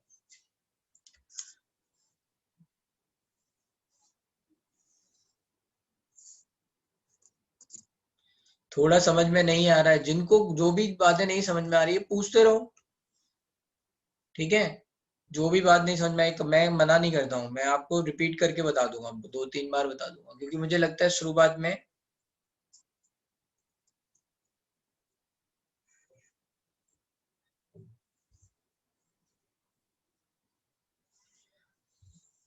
हाँ अक्षत, आई नो कि तुम्हें देखना पड़ेगा, you are little bit late. और सानिका क्या डिफिकल्ट है कवर करने में, बताओ। अच्छा, एक तो तुम लोग हाँ डरो नहीं, फिर से बोलो, नहीं आई आवाज ढंग से। नेटवर्क इशू की वजह से रिकॉर्डेड लेक्चर से लेट ही ना, इसलिए। फिर कैसे करते हो अगर नेटवर्क इशू, अब जैसे अभी ठीक है नेटवर्क इशू? अभी ठीक है, पर पहले मैं नासिक में थी ना, तो उधर नेटवर्क का प्रॉब्लम आता था, पर अभी मैं इधर आई हूँ ना तो कोई प्रॉब्लम नहीं। तो सिर्फ अच्छा, रिकॉर्डेड लेक्चर देखना। और क्या चैलेंजेस है आपको, और क्या दिक्कत आ रही है समझने में? और वो सब्जेक्टिव क्वेश्चन थोड़े डिफिकल्ट जाते सॉल्व करना। हाँ देखो, एक्चुअली मैं ये भी बता दूं, अगर डिफिकल्ट क्वेश्चन नहीं देंगे तो आपकी थिंकिंग नहीं बढ़ेगी। मान लो मैंने ऐसे ही हर बार 2x4 वाले ऐसे क्वेश्चन करा दिए, आपने कहा अरे वाह मजा आ गया, क्वेश्चन तो सारे बन गए, लेकिन उससे क्या होगा, आपके क्वेश्चन फाइनल एग्जाम में नहीं बनेंगे। तो जो बच्चे इन क्वेश्चंस को स्किप कर रहे हैं उनकी जो थिंकिंग है वो डेवलप नहीं होगी, है ना। इन सारे क्वेश्चन में बस एक क्वेश्चन अभी आपने देखा होगा एक ही पैटर्न पे थे जब मैंने सॉल्व किए, तो सब क्वेश्चन का पैटर्न एक ही था, उनमें कोई एक आध दो कीवर्ड था जिससे आपको ये समझना था कौन सा वाला पैटर्न बनना है। अधिकतर क्वेश्चन में यही वाला फॉर्मूला लगा है। ठीक है, अब कई बच्चे जो हैं उस इस बात को अगर नहीं डिकोड कर पाए तो उनका आंसर नहीं आया, या उस बात को नहीं समझ पाए पूरी तरह से। बस यही है, यही आपके टफ और डिफिकल्ट क्वेश्चन बनते हैं। कॉन्सेप्ट वही होता है, बस उसको इस तरह से लिखते हैं कि आपको थोड़ा सा टाइम लगता है उसको। तो यही मान लो हो सकता है आप में से कुछ लोग ऐसे हो जिनको एक क्वेश्चन को करने में 10 से 20 मिनट भी जा रहा हो, तो डोंट वरी अबाउट इट, ये वर्थ है ये 10 से 20 मिनट। आज 10 से 20 मिनट जा रहा है, ठीक है, शुरुआत में, फिर आपकी धीरे धीरे अंडरस्टैंडिंग बन रही है, यू आर गेटिंग एक्सपोजर। जो आपको आज 10 से 20 मिनट एक क्वेश्चन में अभी जा रहा है, डोंट जज योरसेल्फ, धीरे धीरे क्या होगा वो 4 से 5 मिनट में भी होने लग जाएगा। फिर धीरे धीरे क्या होगा, वो 3 मिनट में भी होने लग जाएगा। धीरे धीरे क्या होगा कि वो आपको पता होगा, जैसे डायरेक्ट वैल्यू पता होगी, मेरे को जैसे डायरेक्ट वैल्यू पता थी 1.89 ये सब, तो मैं अप्रोक्सीमेट आंसर तुरंत निकाल सकता हूँ 1 मिनट में। ठीक है, तो ये तरीके हैं, लेकिन लगना पड़ेगा, है ना। मैं चाहता हूँ, मैं सच में चाहता हूँ कि आप सब लोग थोड़ा देखो, आप लोग लेट हो गए हो, ये बात तो सही है, कई लोगों ने बीच बीच में ज्वाइन किया, लेकिन अगर अभी रेगुलर नहीं रहोगे और या फिर अभी नहीं पढ़ पाओगे, तो ये 2 चैप्टर आपके, मान लो 2 चैप्टर आपने ढंग से नहीं पढ़े, फिर मन में गिल्ट रह जाता है कि यार ये मुझे नहीं आता, है ना। मैं तुम्हें एक स्टोरी बताता हूँ। एक बच्चा था 11th में आया, काफी अच्छा बच्चा था 11th में, तो उसका मूल कॉन्सेप्ट वो ढंग से नहीं पढ़ा उसने। ठीक है, उसको मूल कॉन्सेप्ट नहीं आता था। ठीक है, उसने पढ़ा नहीं, ध्यान नहीं दिया, जो भी है, राइट। और उसको मैथ्स और फिजिक्स में वो लगा रहा, उसका मैथ्स और फिजिक्स बहुत अच्छा था, वो मैथ्स और फिजिक्स में ज्यादा टाइम देता था, उसको मूल कॉन्सेप्ट नहीं आता था। ठीक है, फिर क्या हुआ, मूल कॉन्सेप्ट नहीं आया तो उसके मन में हुआ कि यार केमिस्ट्री मुझे शायद आती नहीं है। फिर उसने एटॉमिक पढ़ा, एटॉमिक में चलो कोई नहीं, जैसे ही एटॉमिक खत्म हुआ और अगर हम फिजिकल की तरफ जाएं, तो फिर उसको आगे चैप्टर आने लगे, गैसियस स्टेट, गैसियस स्टेट के बाद फिर मान लो ये इक्विलिब्रियम, आयनिक इक्विलिब्रियम, तो उसको फिजिकल में ये डर लगने लग गया कि उससे फिजिकल नहीं बनेगा, क्योंकि मूल कॉन्सेप्ट उसे नहीं आता। ठीक है, फिर उसके दिमाग में ये बैठ गया और उसने पढ़ना बंद कर दिया। This is the problem with psychology. आप जल्दी से डर जाते हो, कोई चीज आपको नहीं आई, आप जल्दी से डर जाते हो, फिर आप उससे दूर भागने लग जाते हो। और the moment you started to run away from things, वो आपको फिर जिंदगी में कभी नहीं आएगा। फिर वो उसे पूरा नहीं आया, उसे फिजिकल, उसका केमिस्ट्री कमजोर हो गया। और आप आईआईटी में चाहे आपका मैथ्स कितना भी अच्छा हो, फिजिक्स कितना भी अच्छा हो, और अगर आपका एक सब्जेक्ट वीक है, केमिस्ट्री, तो आपकी रैंक, पहली बात तो आपका सिलेक्शन बहुत मुश्किल है, अगर सिलेक्शन हो गया तो रैंक बहुत मुश्किल है। ये जो मेहनत आपने यहाँ करी, उसका कोई इम्पैक्ट नहीं, फायदा नहीं होगा अगर केमिस्ट्री आपका अच्छा नहीं होगा। इन सब में सबसे, ये दोनों सब्जेक्ट बहुत ही इमेजिनेशन और करने में ज्यादा अच्छे लगते हैं, बट सबसे ज्यादा मार्क्स देके जाता है केमिस्ट्री। ठीक है, सबसे ज्यादा मार्क्स वाला है। तो इस यही है इसमें चैलेंज, कि अगर आप इसको थोड़ा सा कंसिस्टेंटली पढ़ सकते हो, उसको थोड़ा इंटरेस्टिंग बना के समझ सकते हो, जो मैं कॉन्सेप्ट समझा रहा हूँ वो ध्यान से सुन सकते हो, और फिर आप उसको रिवाइज कर सकते हो, तो ये इसमें ये ज्यादा डिमांड नहीं है, ये ज्यादा आपसे टाइम नहीं मांगेगा। जितना आपको फिजिक्स और मैथ्स में टाइम लग रहा है, उतना केमिस्ट्री में नहीं लग रहा है, और ना लगेगा। लेकिन अगर आपने इसको ध्यान नहीं दिया, तो ये आपकी रैंक, मान लो किसी ने 2 साल मेहनत की है ना, 2 इयर्स आपने यहाँ मेहनत की खूब, राइट, और आपका जेई में नहीं हुआ, तो क्या हुआ, जेई में नहीं हुआ, या जेई मेंस वाले एग्जाम के थ्रू कोई अच्छा कॉलेज नहीं मिला, तो फिर क्या होगा, रिग्रेट रहेगा कि यार वहां कुछ अच्छा कर लेते। तो अभी से करो, तीनों सब्जेक्ट पे अभी नहीं कमांड बनाओ। मैं जानता हूँ ये बहुत मुश्किल होता है कि तीनों सब्जेक्ट इक्वली अच्छे करना, राइट, तीनों सब्जेक्ट इक्वली अच्छे नहीं होते हैं, बट तीनों कोशिश करो, कोशिश करोगे तो जाके इम्प्रूव हो पाएगा। मैं ये भी नहीं कह रहा हूँ कि फिजिक्स मत करो या मैथ्स मत करो, राइट, आप इनको करो, साथ साथ आप केमिस्ट्री में हर दिन 1 से 2 घंटे आप जरूर पढ़ो, 1 to 2 hour, I am not asking much, ठीक है, लेकिन रेगुलर मैं चाहता हूँ 1 घंटा, कभी भी बीच में, दिन में नींद आ रही है ना, उसके बाद आप उठे तब आपने कर लिया, राइट।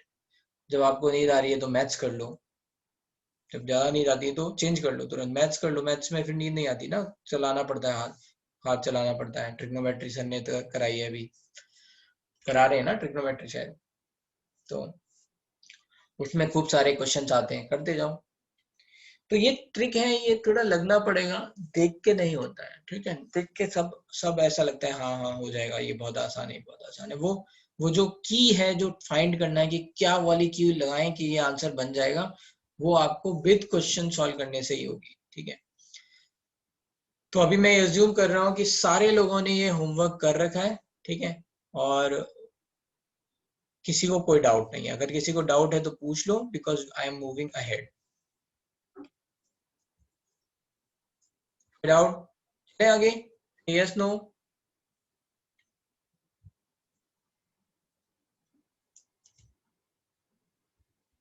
देखो किसी का कोई रिप्लाई नो नहीं। सर। नहीं है डाउट। इतने थके हुए बच्चे हो यार तुम लोग सब।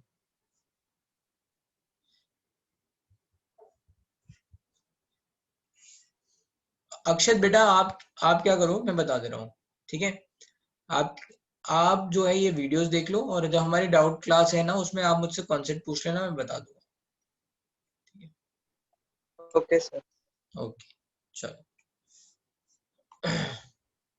Okay now next part is, हम बात करेंगे डुअल नेचर ऑफ इलेक्ट्रॉन या फिर डुअल नेचर ऑफ मैटर। तो डी ब्रॉगली हाइपोथेसिस या फिर डी ब्रॉगली कॉन्सेप्ट की बात करेंगे। De Broglie concept,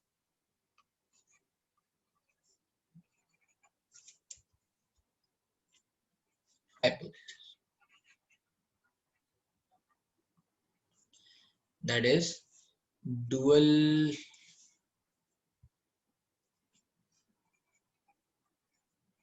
nature of matter।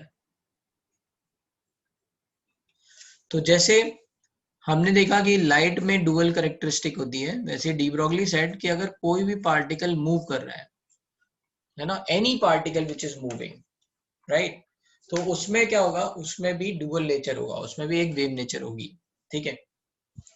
तो this is let's say so how we can right, ठीक है।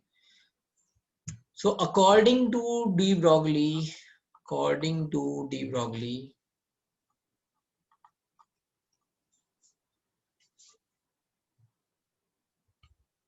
मैटर एनी मूविंग पार्टिकल, ऐसे लिख लेते हैं, any moving particle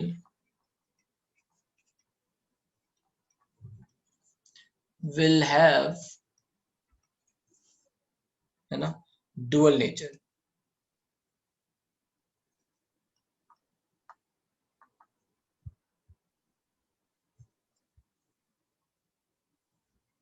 that is, है ना, ब्रैकेट में wave nature, wave as well as particle nature. तो ये सिंपल सी बात है, व्हाट डी ब्रॉगली सेड कि भाई कोई भी पार्टिकल है उसमें डुअल नेचर होगा, ठीक है। Any moving particle will have dual nature, right, so it can behave as wave as well as particle. फिर इसमें लिखते हैं for bigger particles,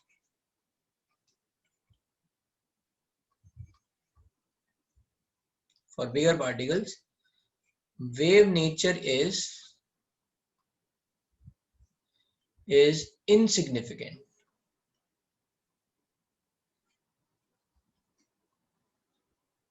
hence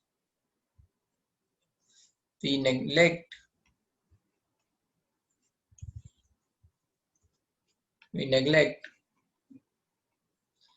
wave nature in comparison to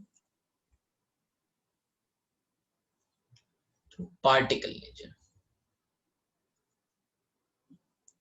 ठीक है। तो हम बोलते हैं कि जो बड़े बड़े पार्टिकल्स हैं उनमें ये वेव नेचर इनसिग्निफिकेंट हो जाती है, इसलिए we will neglect wave nature in comparison to particle nature. वहां हम केवल पार्टिकल नेचर के हिसाब से पढ़ें समझेंगे, ठीक है। एंड फॉर स्मॉलर पार्टिकल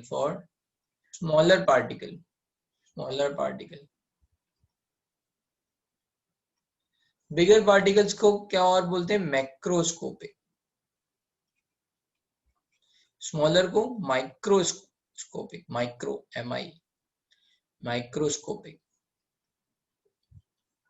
और स्मॉलर पार्टिकल, है ना, microscopic. Example let's say electron, proton, है ना, एटम एटसेट्रा, ठीक है। Wave nature is significant.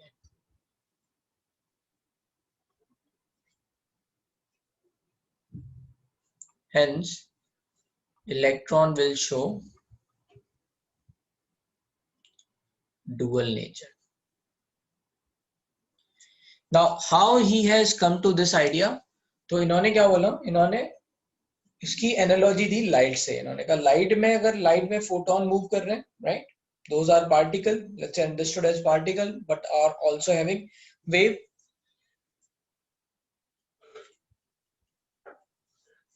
Light की वेवलेंथ है, फोटोन की वेवलेंथ है. So that's how he said कि भाई इलेक्ट्रॉन में भी ऐसा हो सकता है. Mainly he said about electron and this microscopic particle.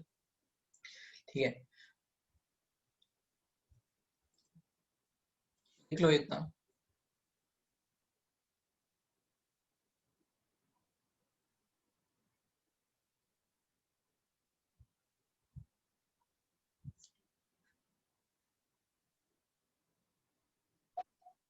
Sir एक बार वो माइक्रोस्कोपिक का बताओ ना वापस. माइक्रोस्कोपिक मतलब होता है छोटा, माइक्रो है ना, माइक्रोमीटर, माइक्रो, आपने देखा होगा ना माइक्रोस्कोप, है ना, छोटा, उसको देखने के लिए लार्ज करता है, छोटे वाले चीजों को. मैक्रो मतलब बड़ा. वो पूरा line. For a smaller Smaller particle, particles. microscopic example, electron, proton, atom, etc. Wave nature is significant. Hence, electron will show dual nature.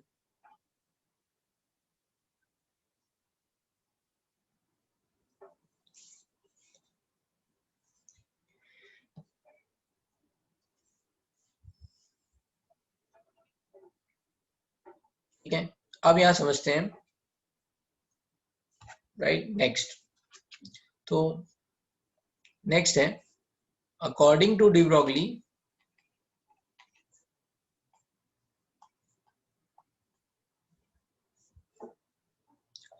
the wavelength associated with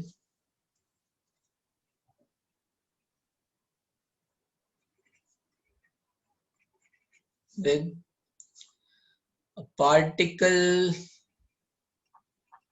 of mass m and velocity v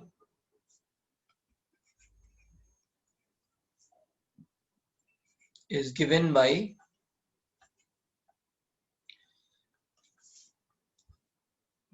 lambda equals to h by mv.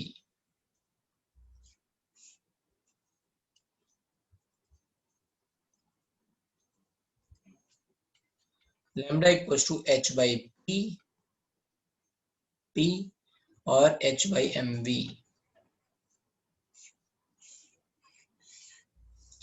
where p is momentum, h is Planck constant.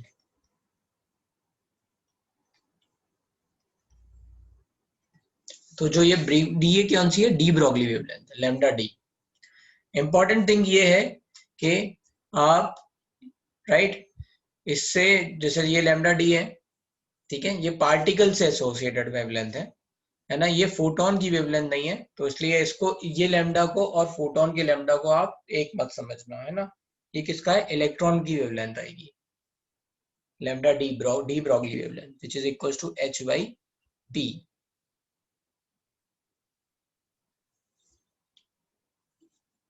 Now how this relation has been given. This relation is given just to give the analogy with photon. So this relation is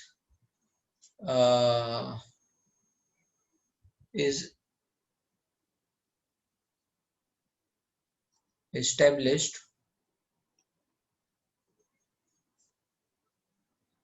from, or we can say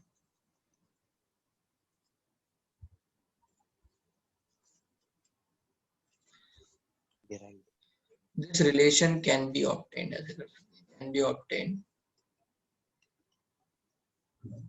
by giving analogy with photon. ठीक है, तो photon में क्या होता है, according to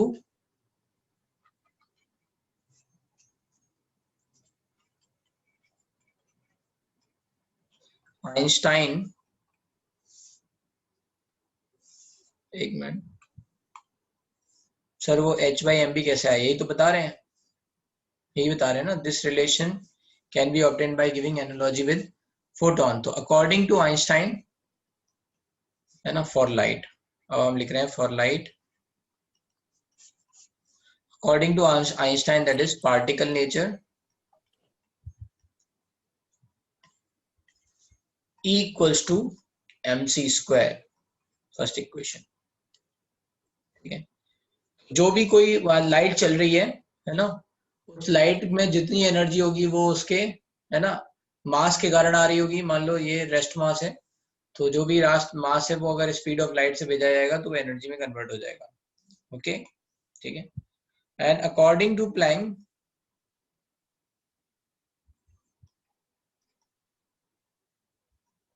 that is wave nature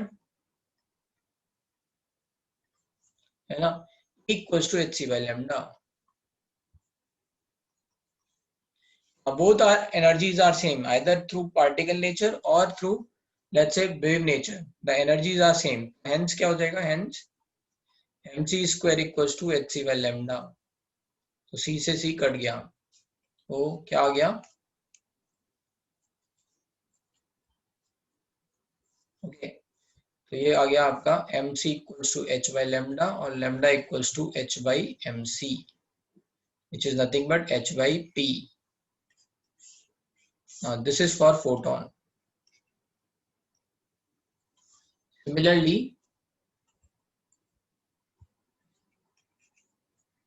for electron that is going to be lambda d Broglie, lambda d लिख रहा हूं उसको, h by mv where v is not equals to c, है ना, ये याद रखना है।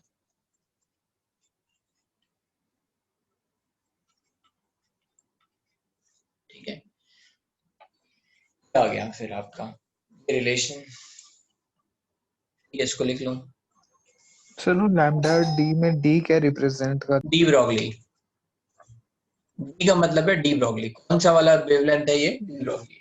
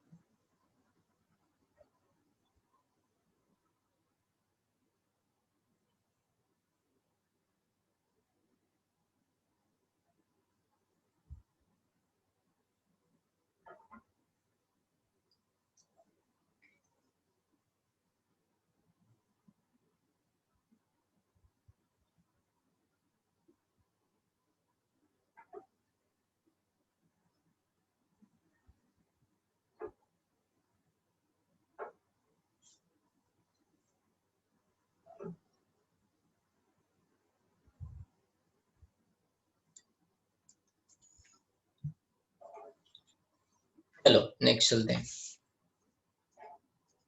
अब ये बात राइट तो कैसे समझ सकते हैं, तो लेट्स से कुछ एग्जांपल लिखते हैं। Find de Broglie wavelength of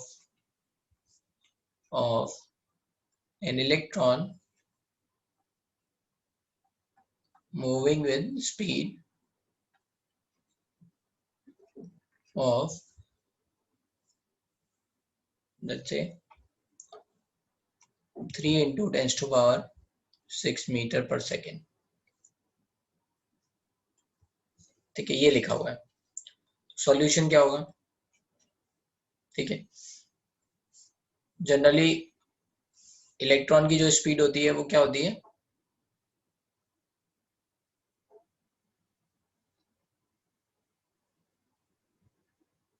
वो लैम्डा डी है बेटा, डी का रिप्रेजेंटेशन है। डी का मतलब क्या होता है? सबस्क्रिप्ट में लिखा हुआ डी ब्रॉगली। कौन सा वाला लैम्डा है? De Broglie. आप चाहो तो लैम्डा भी लिख सकते हो, है ना। इतना अगर इतना कंफ्यूजन हो रहा है तो इसको हटा दो, ठीक है। Don't worry about, bother about lambda. यहाँ और भी कहीं लिखा है हमने, तो उसको भी आप हटा दो लो, बस कंफ्यूज नहीं होना है इसमें। डी अलग से कुछ नहीं है ना, that is just specifically saying क्योंकि इसकी कौन सा वाला लैम्डा है, डी ब्रॉगली वेवलेंथ वाला। तो मान लो ये लिखा हुआ है इलेक्ट्रॉन का, है ना, इस स्पीड से। तो हम क्या करेंगे? अब लिखेंगे lambda equals to lambda electron, electron की wavelength is equals to h by mv। m की वैल्यू क्या होती है इलेक्ट्रॉन के लिए? 9.1 into 10 to minus h by mv लिख लेते पहले।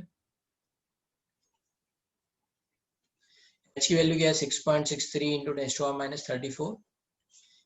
m की वैल्यू किस में लेनी है? kg में, है ना, स्टैंडर्ड यूनिट में। So that is going to be 9.1 into 10 to minus 31।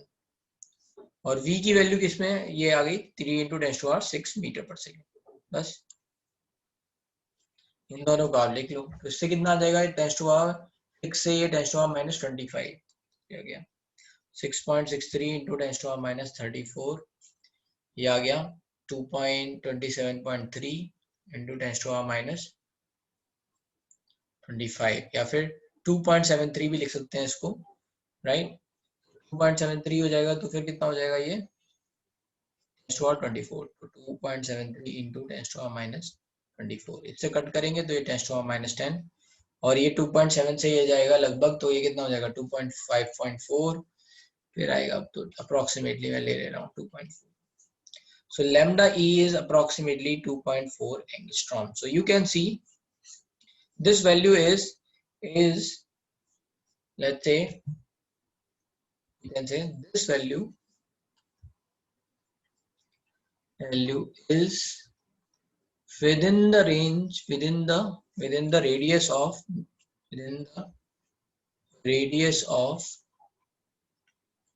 atom, है ना। एटम की जो रेडियस है वो क्या होती है? 10 टू माइनस 10 में ही होती है। तो ये this value is within the radius of atom, hence we will accept wave nature in electron। तो ये जो वैल्यू है ये आपका with in the radius of atom है। इसका मतलब क्या है कि एटम के अंदर ही तो इलेक्ट्रॉन है, तो उसकी जो वेव होगी वो भी इलेक्ट्रॉन के अंदर ही होगी, राइट। तो उसकी वेवलेंथ जो है, जो हम यहाँ पे बना रहे हैं, that should be in comparison to radius of atom. तो we are accepting wave nature in electron। जैसे another example, let's say if a ball of 100 gram is moving with a speed of 20 meter per second, let's say, मान लो इस speed से ये जा रही है, it's moving with 20 meter per second। Find de Broglie wavelength।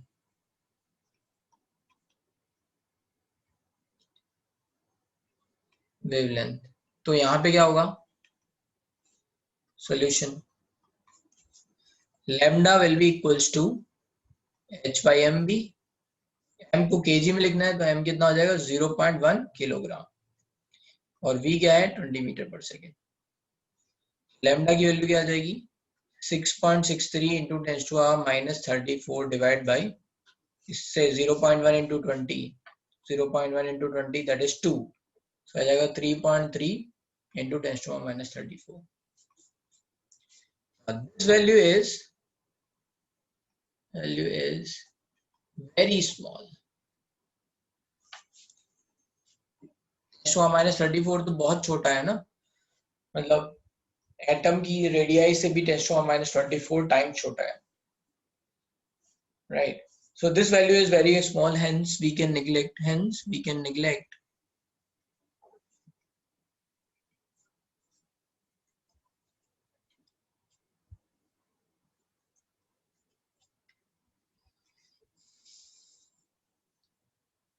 Nature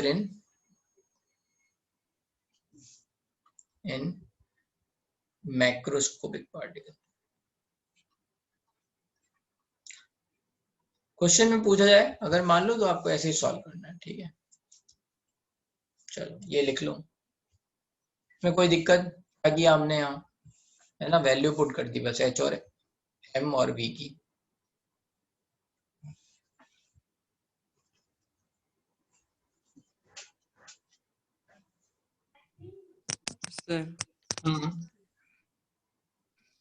बोलो। आपने बताया था अकॉर्डिंग टू आइंस्टाइन वाला particle nature E is equal to mc²। तो उसमें जो मास है वो लाइट का मास है। हाँ, अगर मान लो जो भी फोटॉन्स हैं उनका मास होता है ना, that has converted into energy. Okay sir, मतलब फोटॉन्स का मास बोल रहे हैं। फोटॉन्स का मास जो एनर्जी में कन्वर्ट हो गया है।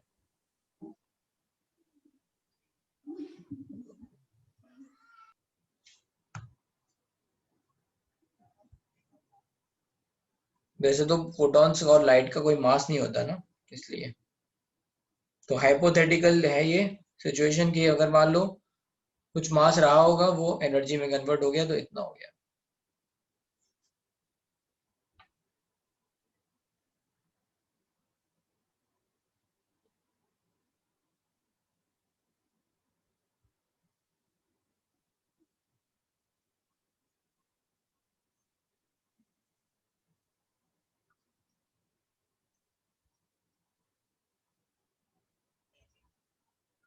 ठीक है, चलो आगे।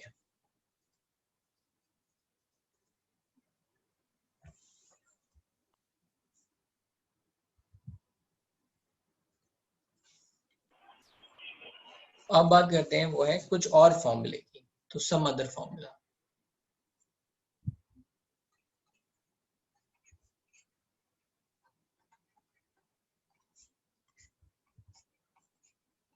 कुछ और फॉर्मूले की बात कर रहे हैं।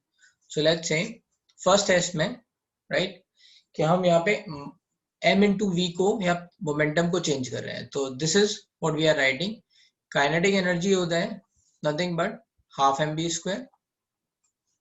सो 2m ke is nothing but 2m into half mv²। तो हाफ से हाफ कट गया, which is nothing but m²v²। Hence mv which is equals to under root 2m ke।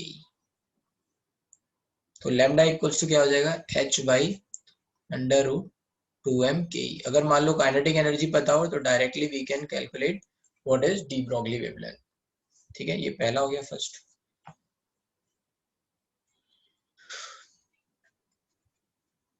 तो लिख लो,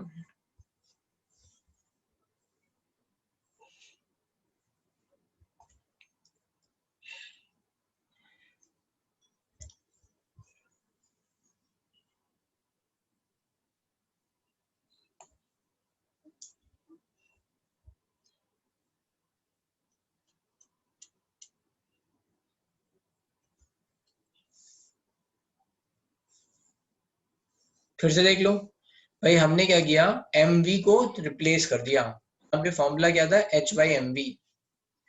कैसे रिप्लेस कर दिया, काइनेटिक एनर्जी के टर्म्स में। तो बस mv इक्वल्स टू आया 2m ke, है ना, काइनेटिक एनर्जी होता है। अगर 2m से दोनों जगह मल्टीप्लाई कर देंगे तो क्या हो जाएगा, m²v²। mv इक्वल्स टू क्या जाएगा, रूट ऑफ 2m ke। तो जो mv था उसकी जगह 2m ke लिख दिया, काइनेटिक एनर्जी। अगर मान लो किसी पार्टिकल की काइनेटिक एनर्जी पता हो तो हम उसकी ब्रोगली वेवलेंथ निकाल सकते हैं। ठीक है,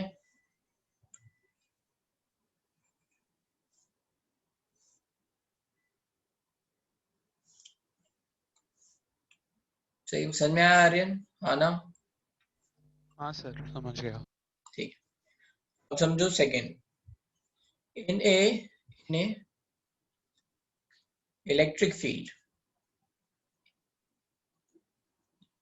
है ना, इन इलेक्ट्रिक फील्ड क्या होता है, kinetic energy of any particle, charge particle है, चार्ज पार्टिकल, ठीक है, so that kinetic energy of charged particle is nothing but equals to, है ना, या फिर हम बोल सकते हैं change in kinetic energy of charged particle is equals to change in potential energy. So if electron is accelerated from rest,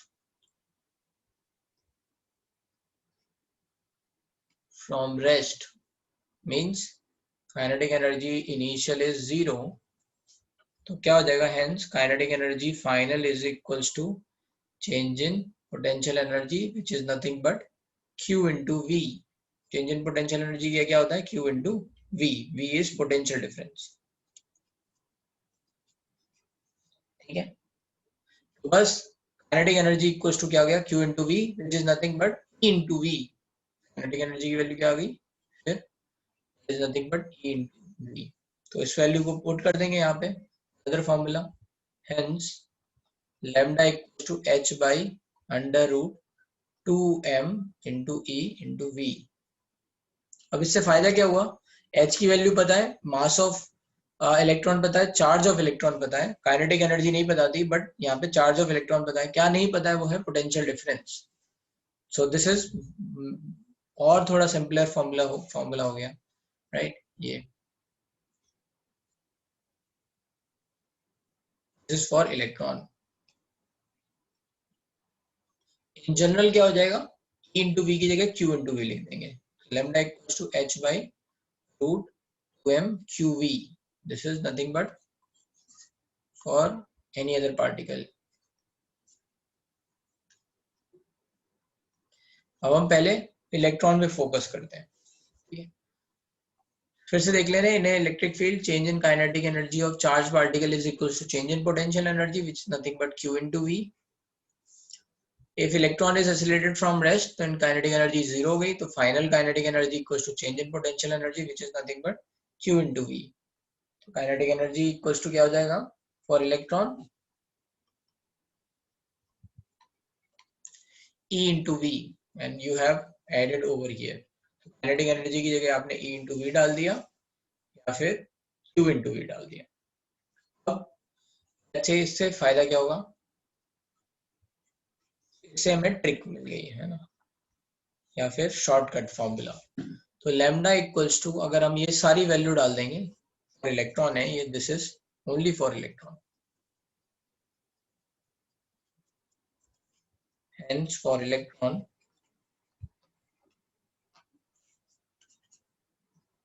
important है.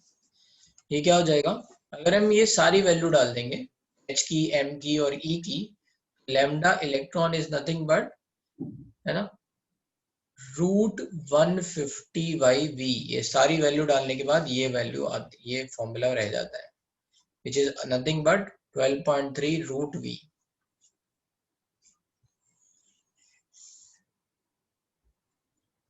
ठीक है, this is going to be answer. आपको अगर आंसर निकालना हो कभी कि बताओ डी ब्रॉगली वेवलेंथ इलेक्ट्रॉन की क्या है, जैसे एक एग्जांपल लिख लेते हैं, find de Broglie wavelength of, है ना, wavelength of electron in third orbit of hydrogen atom. Hydrogen atom में बताओ उसकी डी ब्रॉगली वेवलेंथ क्या होगी, third orbit of hydrogen atom. हम क्या लिखेंगे, solution, kinetic energy of electron in third orbit, क्योंकि मैं वो चाहिए यहाँ पे, तो थर्ड ऑर्बिट क्या हो जाएगा, which is kinetic energy total energy के बराबर होती है, और टोटल एनर्जी क्या होती है 13.6 z² by n². तो यहाँ पे लिख ले रहे हैं 13.6 z square by n square which is nothing but hydrogen के लिए 13.6 z की वैल्यू 1 n की वैल्यू 3 का square 9 which is going to be give 1 point electron volt 1.51 electron volt. तो अब अगर हम आप यहाँ पे लिखोगे lambda equals to h by under root 2m और यहाँ पे लिखोगे 1.51 इलेक्ट्रॉन वोल्ट, है ना, ये ऐसे लिखोगे। तो ये वैल्यू एक तरह से ऐसे ही लिखा हुआ है ना कि h by under root 2me और यहाँ पे 1.51 वोल्ट की वैल्यू ये लिखी हुई है। तो v की वैल्यू हमें 1.51 मिल गई, इसको हम यहाँ पे रिलेट कर सकते हैं which is nothing but under root 150 by 1.51। तो इससे क्या हो जाएगा, ये 100 टाइम्स कट जाएगा लगभग। So this is root 100 which is nothing but 10 angstrom. अच्छा, ये वैल्यू एंगस्ट्रॉम में आ रही है, ठीक है, ये भी इंपॉर्टेंट है।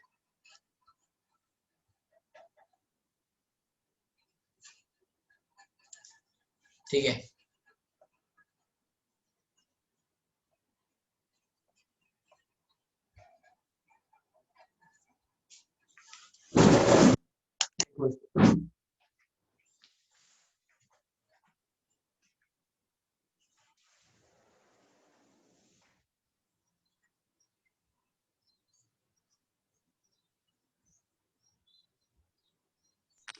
सर अगर हम लोग सेकंड ऑर्बिट में करेंगे तो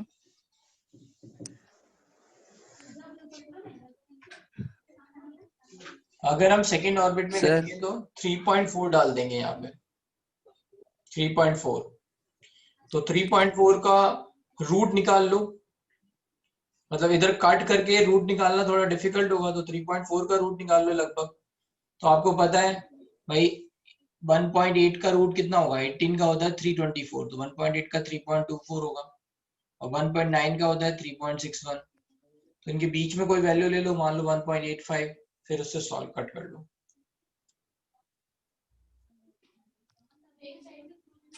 ओके सर।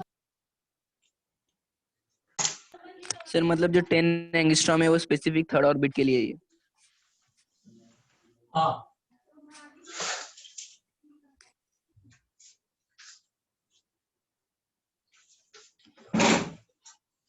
अब मान लो अगर इसी में मैं चेंज कर दूं, क्वेश्चन में हीलियम आयन दे दूं तो कितना हो जाएगा। तो आप हीलियम आयन दे दोगे तो z स्क्वायर की वैल्यू 4 आ जाएगी, तो यहाँ पे 4 से मल्टीप्लाई हो जाएगा। आप यहाँ 4 से मल्टीप्लाई करोगे तो ये 4 से ये तो कट हो गया, 100 डिवाइड बाई 4 रह जाएगा, तो 25 5 एंगस्ट्रॉम। ऐसे आप निकाल सकते हो, ठीक है। मान लो कभी क्वेश्चन पूछा जाए de Broglie wavelength of proton,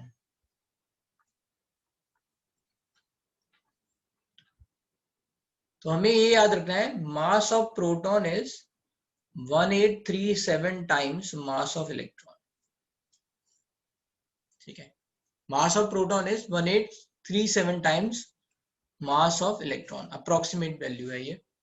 तो अगर लैम्डा देखा जाएगा, लैम्डा प्रोटॉन, तो क्या हो जाएगा h by under root 2 mass of proton charge of proton into volt v। किस पोटेंशियल डिफरेंस से ये एक्सेलरेट करा जा रहा है, राइट, ऐसे। Now I can write this is h root 2 या फिर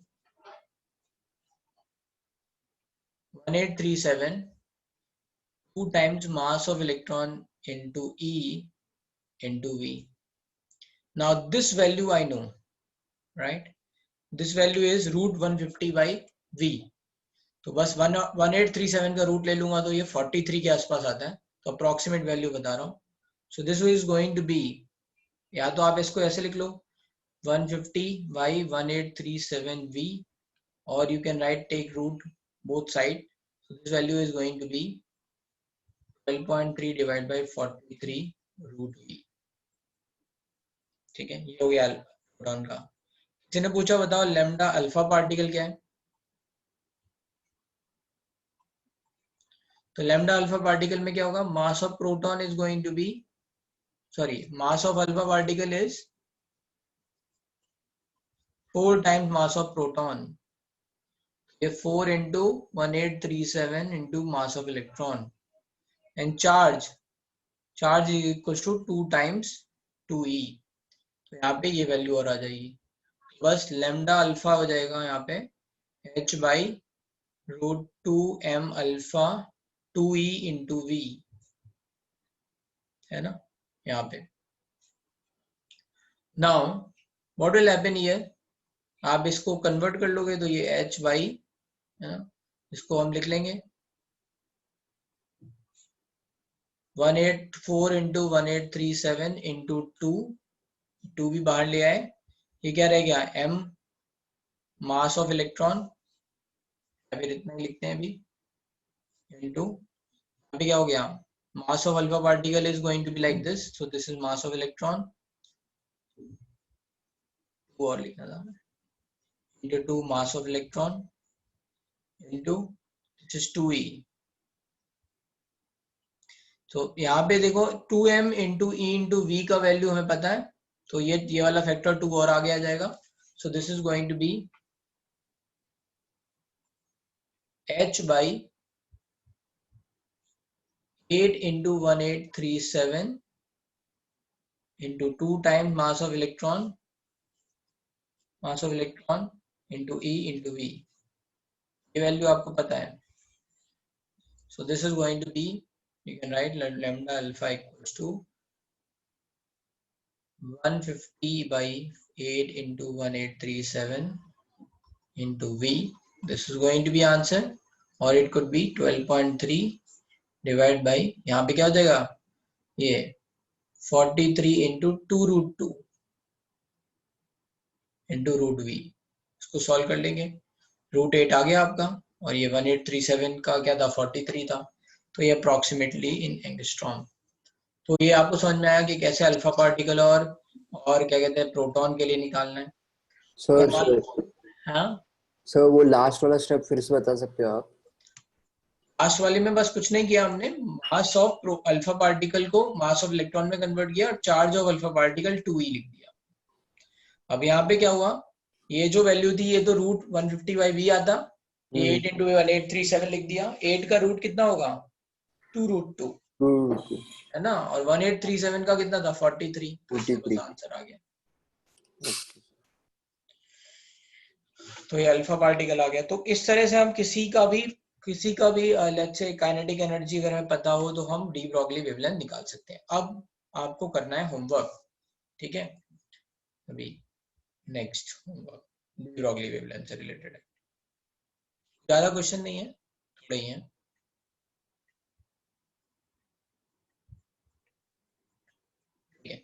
जहां अनसर्टेनिटी लिखा है वो नहीं करने, हाइजेनबर्ग है वो, ठीक है, इसको नहीं करना है।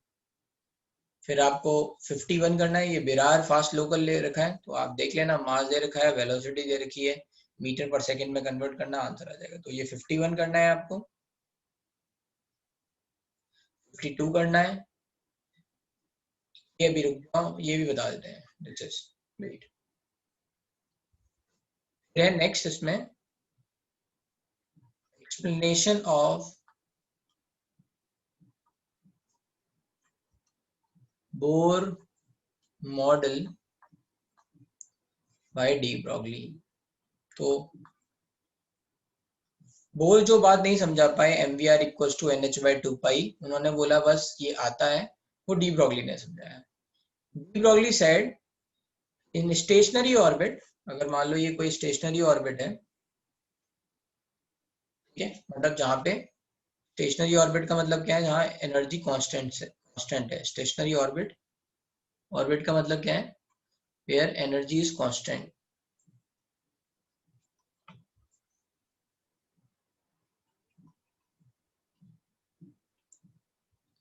जो भी यहाँ पे इलेक्ट्रॉन मूव कर रहा है वो यहाँ पे कंप्लीट वेव्स बनाएगा।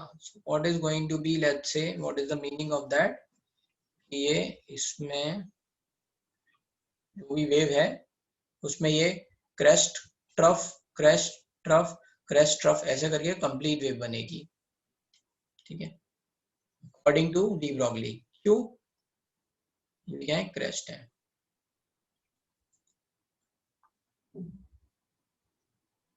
ये ट्रफ है, तो ऐसे करके कंप्लीट वेव बनेगी।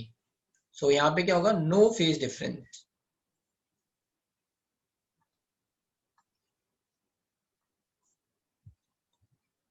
अगर फेज डिफरेंस नहीं होता है तो एनर्जी कांस्टेंट होती है, ये वेव नेचर से आता है, ठीक है।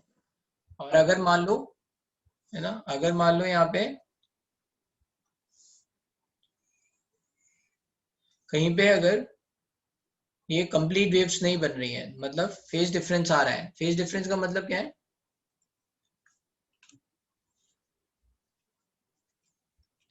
फेज डिफरेंस का मतलब क्या है कि यहाँ कंप्लीट वेव्स नहीं बन रही है, मतलब ऐसा।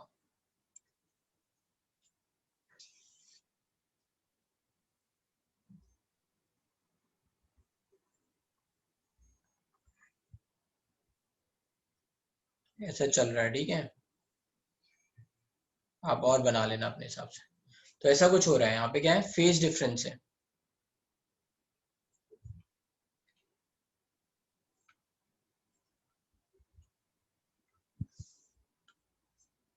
तो क्या होगा, फेज डिफरेंस इज प्रेजेंट, तो energy will not be constant.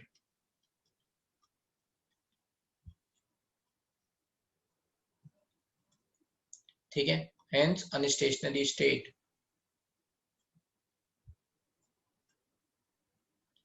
ना, जब ये फेज डिफरेंस है, नो फेज डिफरेंस है, तो एनर्जी कांस्टेंट है, तो यहाँ पे क्या होगा, तो हेंस, है ना, यहाँ पे in any orbit 2 pi r equals to क्या होगा, n lambda। n is going to be complete cycle, यहाँ पे क्या है, n is number of cycle, number of cycle, complete wave बनेगी। बस यहाँ पे लिख लेते हैं 2 pi r n, ये क्या है r n, 2 pi r n equals to n lambda, ठीक है। एंड lambda की वैल्यू लिख लेते हैं यहाँ पे, है ना, आर एन का मतलब है nth ऑर्बिट में, अगर नहीं भी लिखना चाहोगे आर लिखोगे तो भी चलेगा, ठीक है। लेट्स से 2 पाई आर ही लिखते हैं।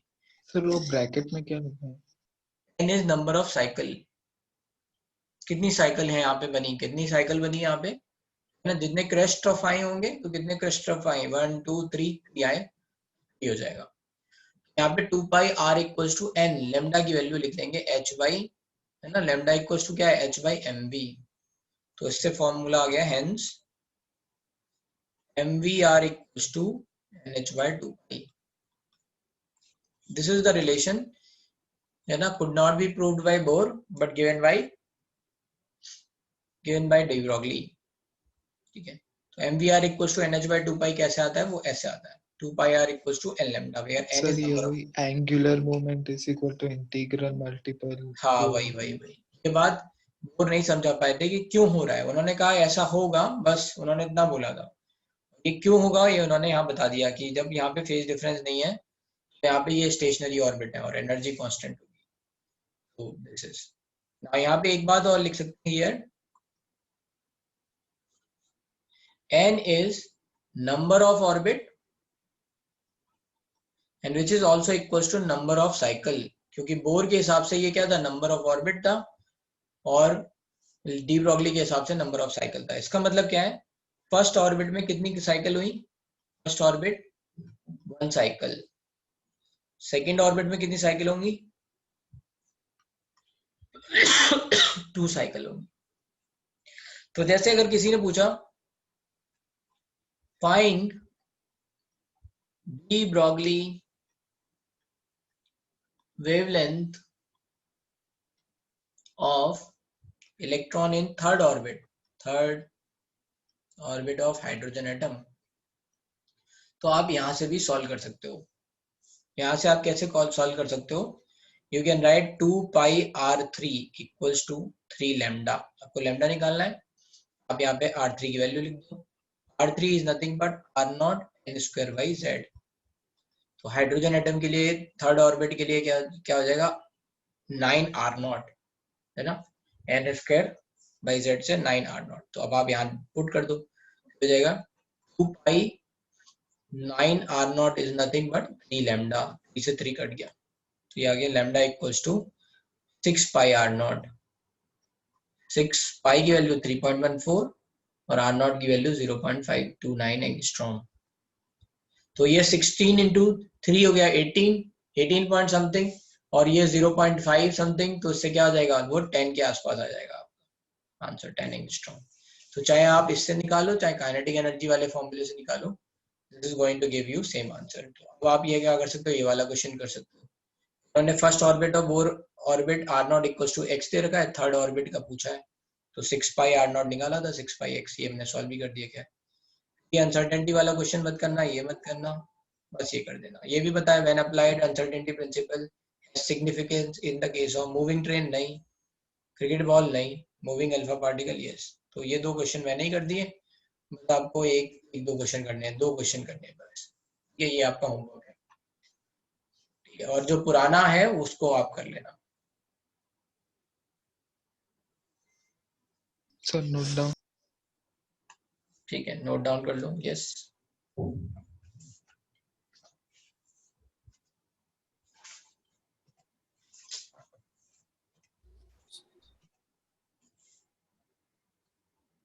और आगे करूं? हाँ सर।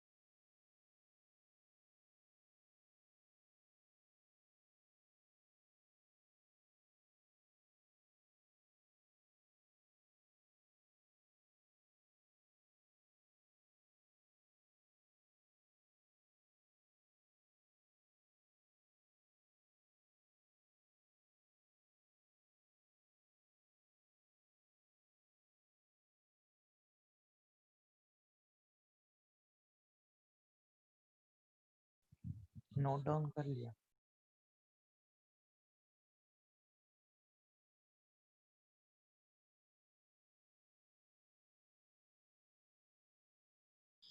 ठीक है, फिर खत्म करते हैं। ओके, चलो।